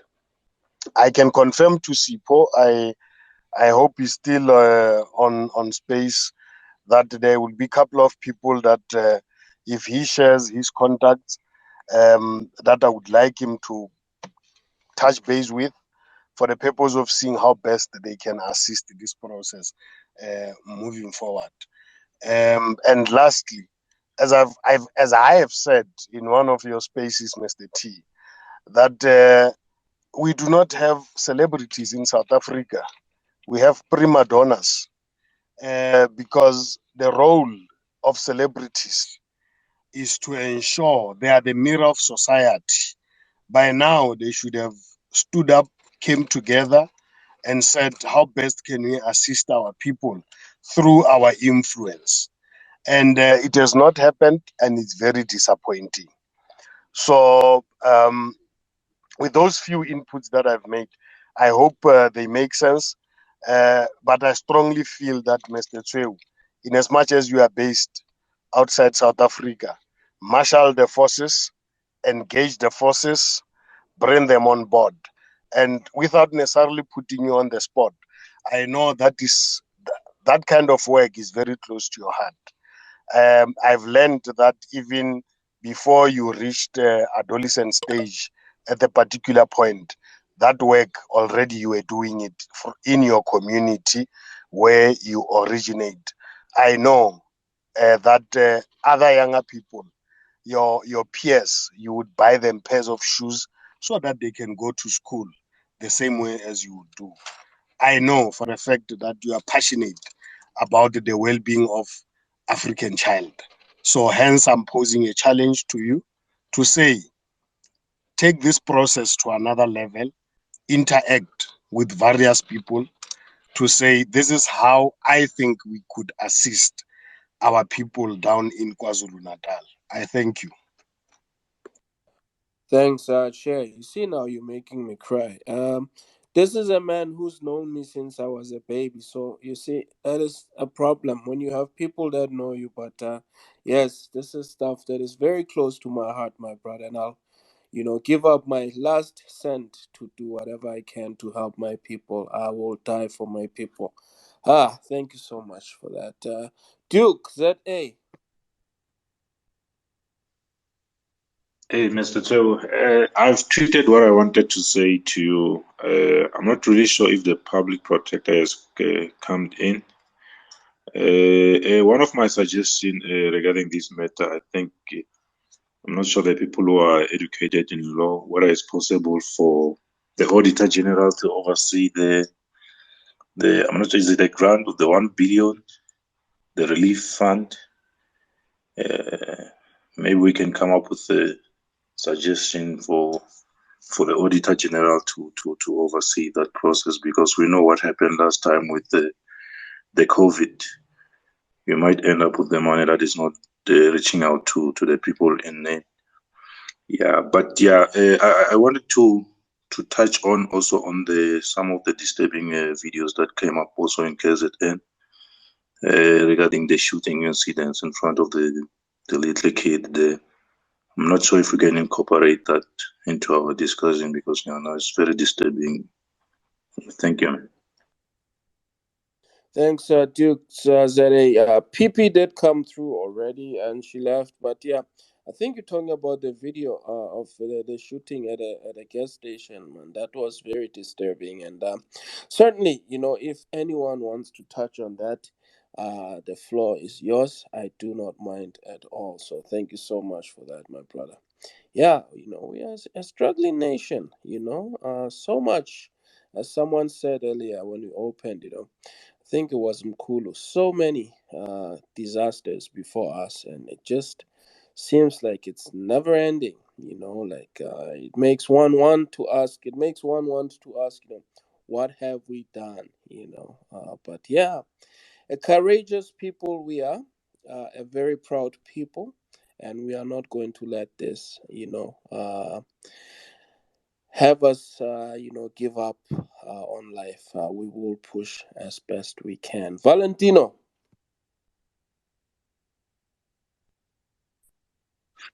Mr. T, my leader. is it good morning there by you or what?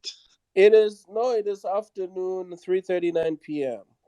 Good afternoon, Mr. T. Good afternoon to the listeners. It's been quite a while since I've been on the spaces. Yeah, Mr. T, we are living in very, I don't know, difficult times, especially in our country. Mine today is going to be very short, Mr. T. We have become a community of reactive rather than proactive.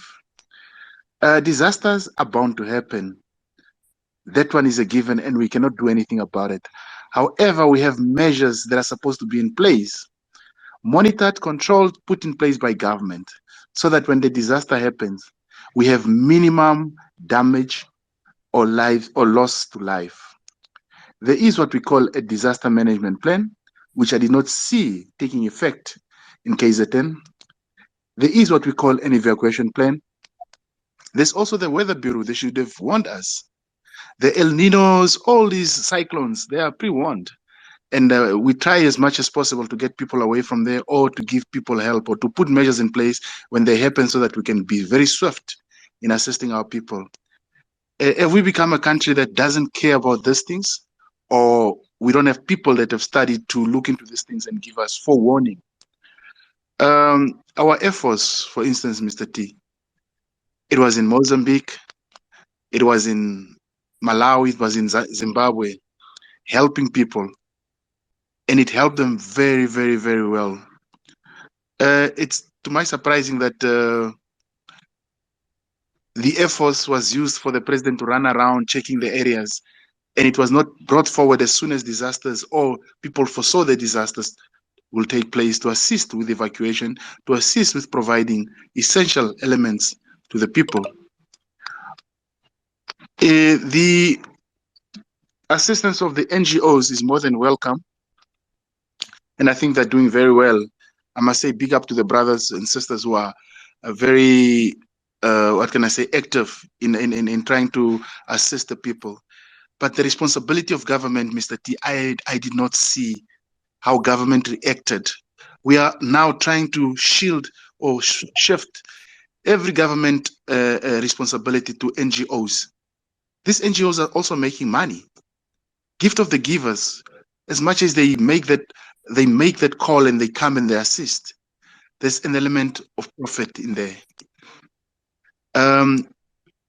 Really, I think we need, as society, we need to take back what belongs to us. Government is not going to help us in any way. The 1 billion is a worrying factor, but what I see is everybody's now talking about the 1 billion and how government is going to eat it and all that, and then we're forgetting the real problem that we have, which is a disaster in KwaZulu-Natal, a calamity. Not only in KwaZulu-Natal, there's also in Northwest, even in the Northern Cape, even in the Eastern Cape. But Mr. T, want to tell me that there's nobody that studied weather patterns that could have told us, guys, get ready for this. It's going to be tough, but we need to put measures in place. Or is it the fact that government just does not worried? We are worried about petty nonsense, petty little things in our country, that when things that affect us the most come, we are not ready for it, Mr. T. So yeah, again, Mr. T, I think it will be for the third time that I'll say this to Mr. T. That stock fell, Mr. T. That stock fell. That can help us as natives to gather money together for such circumstances, for us to advance ourselves economically. It's needed, Mr. T. I know I make a joke of it, but Mr. T, we can do something if we have something like that. And then it's controlled by us. And then we can, whenever there's a problem, we can then appoint relevant people that will use money to diffuse situation and to assist with anything that needs to come up. That's all I want to say, Mr. T. Really think about it on how we can come up with. Mr. T, if you have all the people that follow you, donate 100 rands, you can open your own, we can open our own bank. And that's the honest truth that I'm now saying to you, Mr. T. Willingness, and when I'm referring to you, Mr. T, I'm referring to everybody on the group. I'm referring to the think tanks, people that can make this happen. But in actual fact, government is found wanting in many on many occasions. It's because we've become gullible. We talk a lot, but we don't take government to task. That's why they can just do as they please with us. They know that these guys will make noise on Twitter, but nothing will come of it. Where is that energy that we had during the President Zuma era? Why is it not being displayed right now? Imagine if it was President Zuma that was still in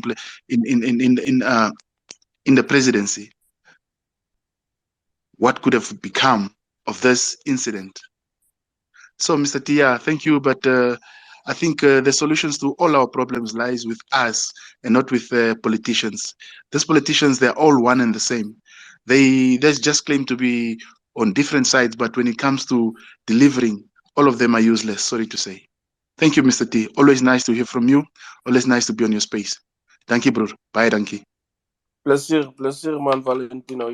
As always, and I mean, you have a huge point here. The Stockfell system. That's yeah, it's essentially our own banking system. Why don't we formalize it and make it into something that can help us black folk? It's already there. The knowledge behind it is there. We just need to, put a few heads together and make it into this banking system that you speak of. Yeah, perhaps we'll have to bring in some great minds, and have a space on that very issue, to see what it looks like. Should it be done? What are possibilities in it, and challenges and so forth. I think you're onto something there, my brother. You really are. Okay, we have our sister Bokela is back. We'll hear from her. I see I instigate coming through too. Please, if you have anything to share on this topic, do grab the mic. I'm hoping to shut it down at the top of the hour. So this might be your opportunity to come through before we close. So thank you so much for being with us. If you've just joined us, the public protector was with us earlier on. We do have a recording right after the space, so you can hear if you missed it. But yeah, she was just giving us an update. She's currently on the ground in KZN, and we spoke of community efforts by local businesses and NGOs, the role of government, where government might need to improve, the good that government is doing too, not forgetting that, of course, and so on. As we said earlier on, this is a time that calls for all of us to really work together. As someone said, let us put politics aside for a bit, and try and, put life up as our biggest priority. And I do appreciate, and I am behind that as well. Okay, my sister Mpokela, you are back. Please, the mic is yours.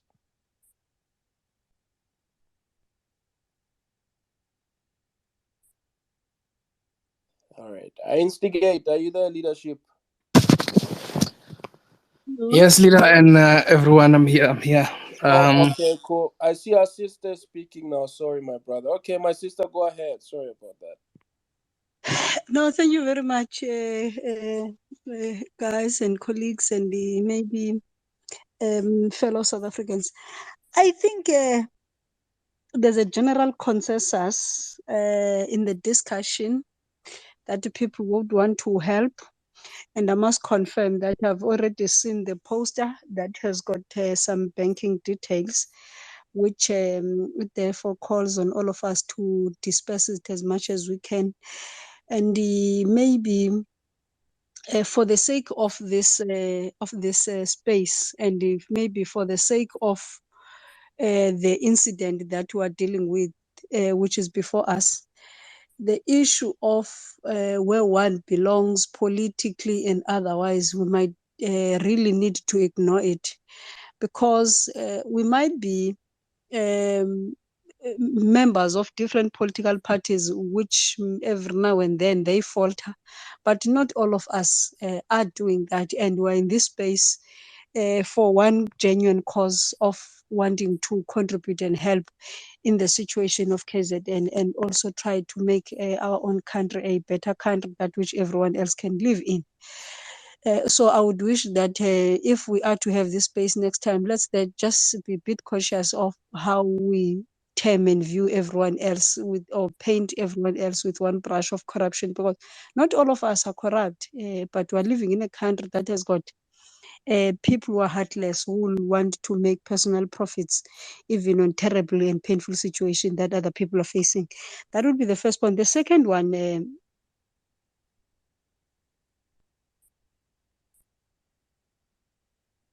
think our sister might be getting a call. Let's give her a few seconds. Welcome, everyone. Thank you for being with us in Mr. Trail Spaces. Oh, there she yes, is. I would employ that indeed one would have been interested to know if there's a celebrity that would usher and try to influence people to think for the people of KZN, but their silence is too loud and is too much. And lastly, me too. Me too. I say this as a person that is an activist. Me too. I rather donate to an independent body, that which I would maybe trust that it will take that money or whatever that I would donate to the people that are affected, than give it to the people that will embezzle the money without even a fear of the situation. So I would really wish that it is something that we are able to coordinate, and then we don't only end here as a talk on Twitter, because some of us, we're not really active on Twitter. It's on certain times where we find space, but this topic caught my attention, and I'm interested in participating in it. And perhaps to you, host, I would be able maybe to DM you my number, so that if there is something that perhaps we can contribute, we're able to do that as soon as we can. And lastly, it's true that even in the Eastern Cape, we've got 3 areas that are affected, that are on the side of Wartambo, but we're not affected as KZN is affected. We have not yet been told that there are families that we have lost, or there are roads that are not able to be utilized, but there are families that are affected, and I do believe provincial government will have to lead that, and in the space that we're in, will know whether if there is anything happening. So lastly, I would request that all of us as we're here, it not be us being on Twitter, but it be us being here wanting to help the situation in KZN. And if it needs be, we be at a point of taking that kind of a responsibility, because one would have listened to the public protector when she was saying that even some of the people that are bestowed with the responsibility to help people based on the fact that they are public servants, they are not even responding to a call. And if they're not responding to a call, how much more would they then do if they are supposed to be delivering service to certain individuals? And me too, I'll be very much frustrated, as she was, that there's an entire minister or an entire MEC that doesn't answer a phone at the time of a crisis, because it therefore means that that person wouldn't then answer that phone any other day, will just continue as he or she pleases. So it therefore means that as citizens and as people who are in this space, we just need to shoulder the responsibility and try to make a contribution in whichever way that we can. And if needs be, we can coordinate ourselves here further, and maybe even establish a more coordinated kind of a group to help, because there are families, I can tell you, there are families that are not going to be able to get a breakthrough in the right type that the government will come up with, because there will be a lot of things. You must have this, you must have an ID, you must have this. Whilst people know very well that people have lost even ID copies, but those are some of the things that we're going to be put up for as a means of trying to put a red tape and ultimately have people that are not being helped. So it therefore means that we must be ready to help these ones that are not going to be helped by government. Thank you very much, Chair of the session. Thanks, leader. Thank you so much. I appreciate that. Yeah, certainly possibilities in terms of networking and doing what we can. So yeah, do feel free to connect for sure. Instigate leadership, please come through. Yes, thanks, Chairman, and good afternoon to everyone. And to those who are not in afternoon, I just say hi. Chair, like I hear the people saying we must put our differences aside. I mean to say the political affiliation must be put aside. Look, I doubt if like we're gonna keep on taking the guys that benefiting from this corruption of the ANC and try to to start anything new with them is gonna help us. Look, where I'm from, or on my upbringing, they used to say the one potato is capable to spoil the whole potato in a bag. So the likes of these things, like I think it was raised by and Shazi on Twitter, we were writing. Trust me, the insult he got from that to say why the government is not declaring this as I think it was about or if not 3 days ago, as a national disaster yet, because it's clear that people are dying. There are people who are swept by the water from the condo and all stuff, which was clear that people were dying at that time because the weather condition was out of control. Look, we've got the likes of Constitution here. Like if you can go to my timeline, you will see that they are busy insulting people instead of coming with an ideas or agree or disagree with a constructive input or input that will take us probably to a different position. But when they come here on a space and they talk, they they are chameleons. They just change all of a sudden. They are the also ones who are against corruption, who are against the ANC. I mentioned this thing of Kusela Tiko, the money that was put into her account.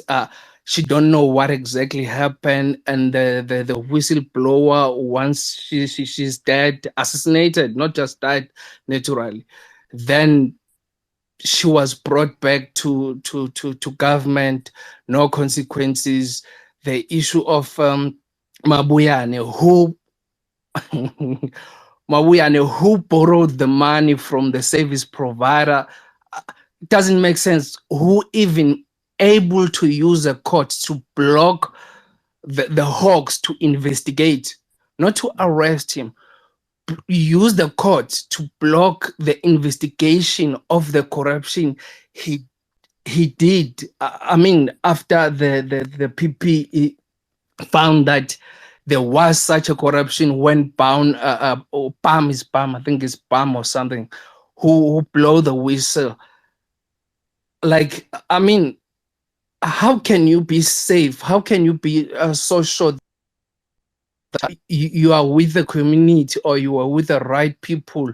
You are doing the thing if you're gonna associate yourself with the likes of that people. Like, I mean, specifically to talk about constitution. Like, I mean, guys, we know each other's true color here. If there's the suggestion of Valentino, like to say, it's time we start our own thing to go to the next level, to build this nation the way we want to do as a citizens. I think it's a point that where we need to go to. But if we're gonna drag or maybe plead with the likes of a constitution and the other likes who are like the media, who are busy defending Cyril left and right and center, where there is a proof that the Tumamina faction is corrupt to the core. Even they defended Mkhize with their lives. That, like, even the constitution, they turn it upside down, including Zondo. Like, if the one man, one vote is not working in a parliament, like that madam who, I forgot even his name, the one that they beat her on a African parliament, Pan-African parliament, she took every ANC vote to to just one person to say, as ANC, we're saying this process of scrutinizing Mkhwebane must go ahead. But we are in a position of the constitution where we're saying one man, one vote. Why that is not happening in parliament if we are in this position? Then we're going to drag those people and we try to build the society with us. Like, just take a considerable look. If we have really that that what we sold, what do you call it, Rainbow Nation. They managed to donate 1 billion for Cyril to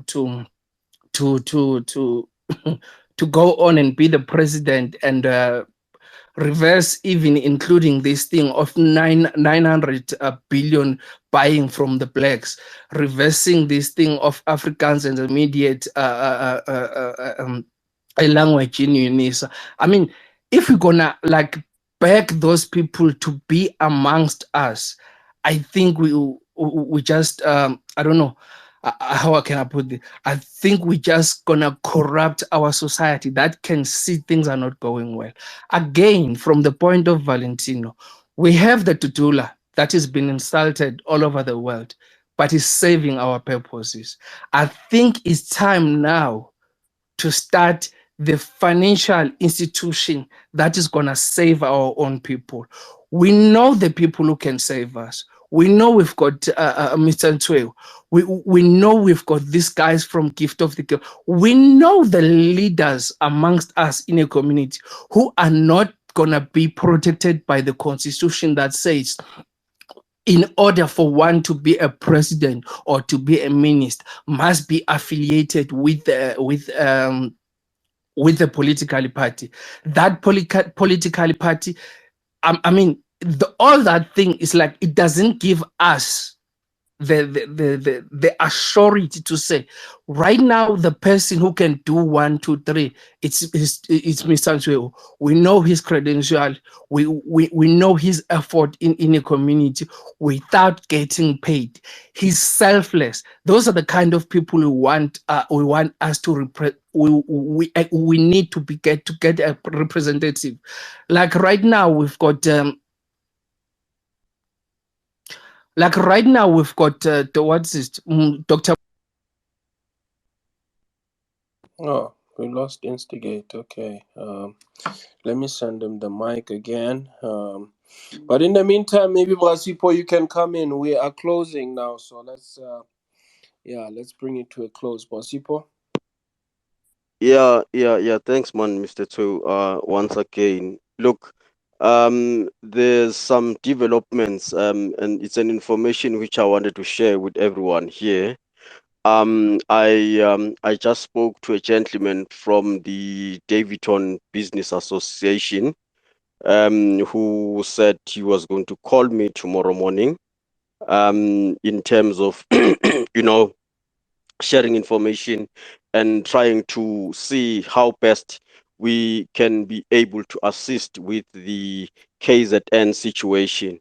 I think there was another point of contention which was raised by U Valentino, which is very important, which is about the the the society's funds, which can be also be utilized or form uh, sort of such organizations to actually begin to help us. And he said something very important, Valentino, to say, and I think it was also mentioned by Mama Okulumile Lana, the last speaker, who's a lady.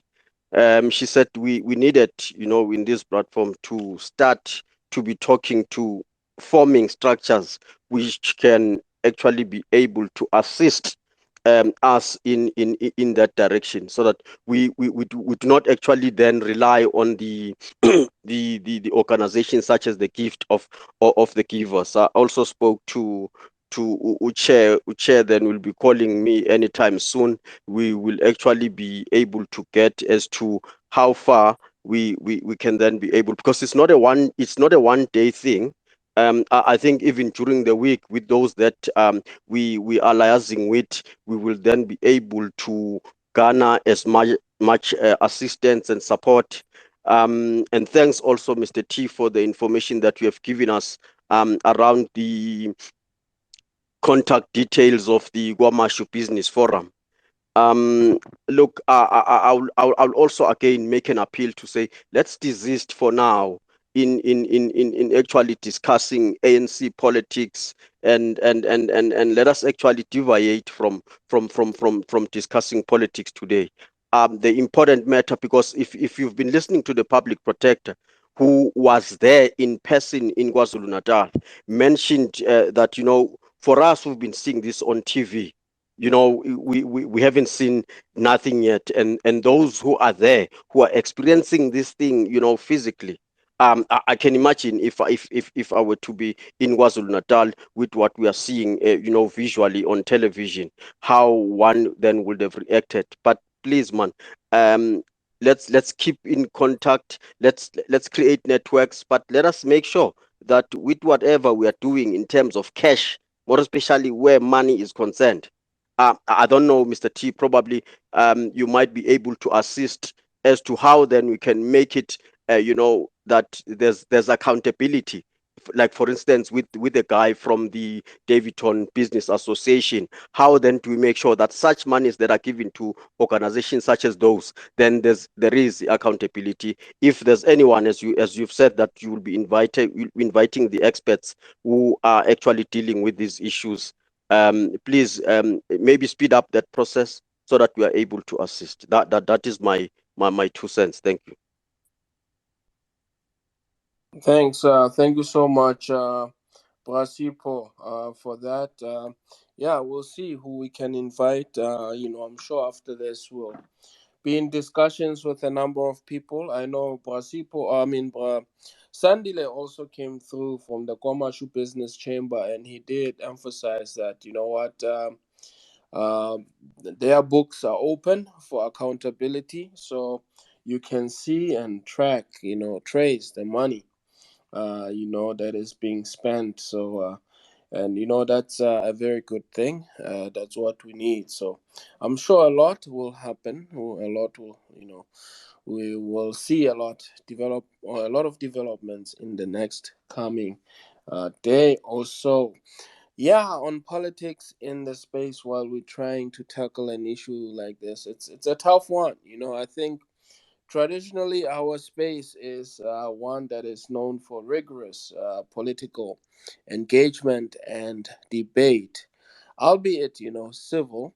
But so I think some of us forget, or Dr. Deza, they forget, and they fall off topic. But yeah, we'll have to. I think this is a lesson that we'll have to bring in issues like this, at least once or twice a week, and not just be political all the time. Let's try and add an element of humanity in our weekly discussions as well. So no, thanks for that, Brasipo. I see Dr. Deza wanting to come in, but very quickly, Sandile from the Kwamashu Business Chamber did send in a number too. So if you want to get in touch with him, he's on 084 489 084 496 5679. Yeah, I know the brother is trying his best to also see if he can put something in place between Joburg and KZN with the taxi associations, for those people asking earlier, including you, Brasipo, if there's any way of getting things from Joburg to KZN. We really appreciate all the work that everybody's doing here in this effort to help our brothers, sisters, mothers, fathers, our people really in KZN. Really appreciate that. Dr. Teza, please come in and we will shut it down. And Aditya, thank you very much. Thank you to our speakers and everyone who has contributed. Just wanted to remind people that the banking details that is who has provided for them. Let us go and make our donations. Make contact for the drop offs for food and clothes and all that. Let us not just come here and speak and not say things should not be politicized, when we know that politics plays a very vital role. But we do agree that it's important that we become human. That is why we have to caution ANC politicians, not just politics, or they must not go and steal from our people. That so I just wanted to come back and just register my thanks to you, to the public protector, to Sandile, and commend the work that which he's doing. You know, I stayed up almost the entire morning. It's 4 o'clock where I am in the morning, and I've been here for the past 3 hours since the space has started. And just to register my thanks to each and every individual who's been here and who has made their contribution. Indeed, there is hope in humanity.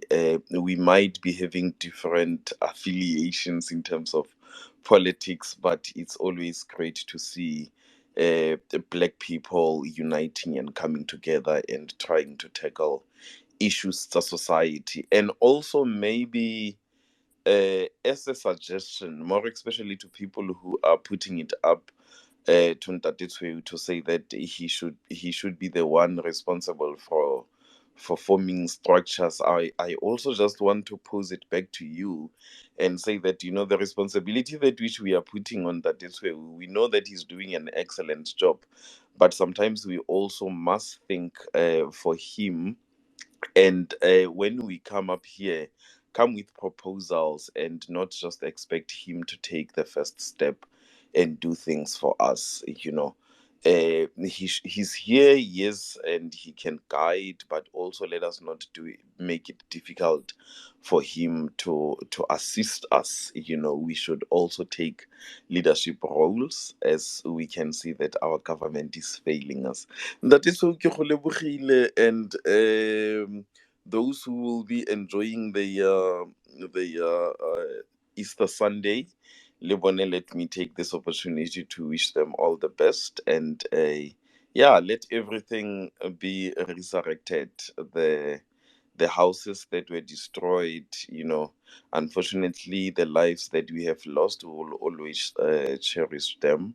But I hope that hope in KZN, in the Northwest, in Northern Cape and Eastern Cape, and all other parts of the country that have been affected, I hope that hope does not die, and people will find light and comfort in knowing that equally we are with them, God is on their side, and we shall overcome. Ke a go leboga, Ntate Swe. Thanks, Dr. Deza. Thank you so much, my brother, and I appreciate you staying up this late to be with us on this very hot, very important topic before our nation. We really appreciate you doing that, and I'm sure we will see, you know, the benefit of doing this sort of thing in years to come. We are doing this for, you know, our nation today and in the future. So let me thank everyone in the space for being with us. Thanking the public protector for joining us earlier on, as well as Sandile of the Kwamashu Business Chamber. To give us updates on what's going on in KZN. And also a big thank you to all the speakers who came through with comments and questions.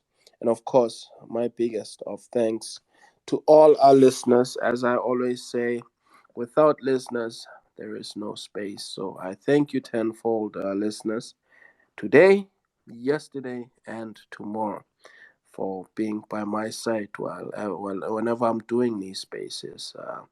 We appreciate your ears and your thoughts. And I know some of you don't say much, but you will send a message here, you will comment there. We appreciate that. It all counts, you know, when we put all our heads and thoughts together, it means something. Some information at the top. I'll play a song to get us out of the space so you can, you know, look at some of the stuff I shared at the top there. We also are trying to put a YouTube account together after people asked for one. So we can see if, you know, we can put some of our spaces up there for those who missed them. People really want, there are people asking for this YouTube thing and podcasts and all that. So we'll see what we can do. You know, if that's going to help reach people, if it's going to help, you know, share knowledge, why not? You know, let's do it. It's for the betterment of oneself, of our community, and all that matters to us. From me to you, a very good Saturday, and happy Easter, everyone. My love, my prayers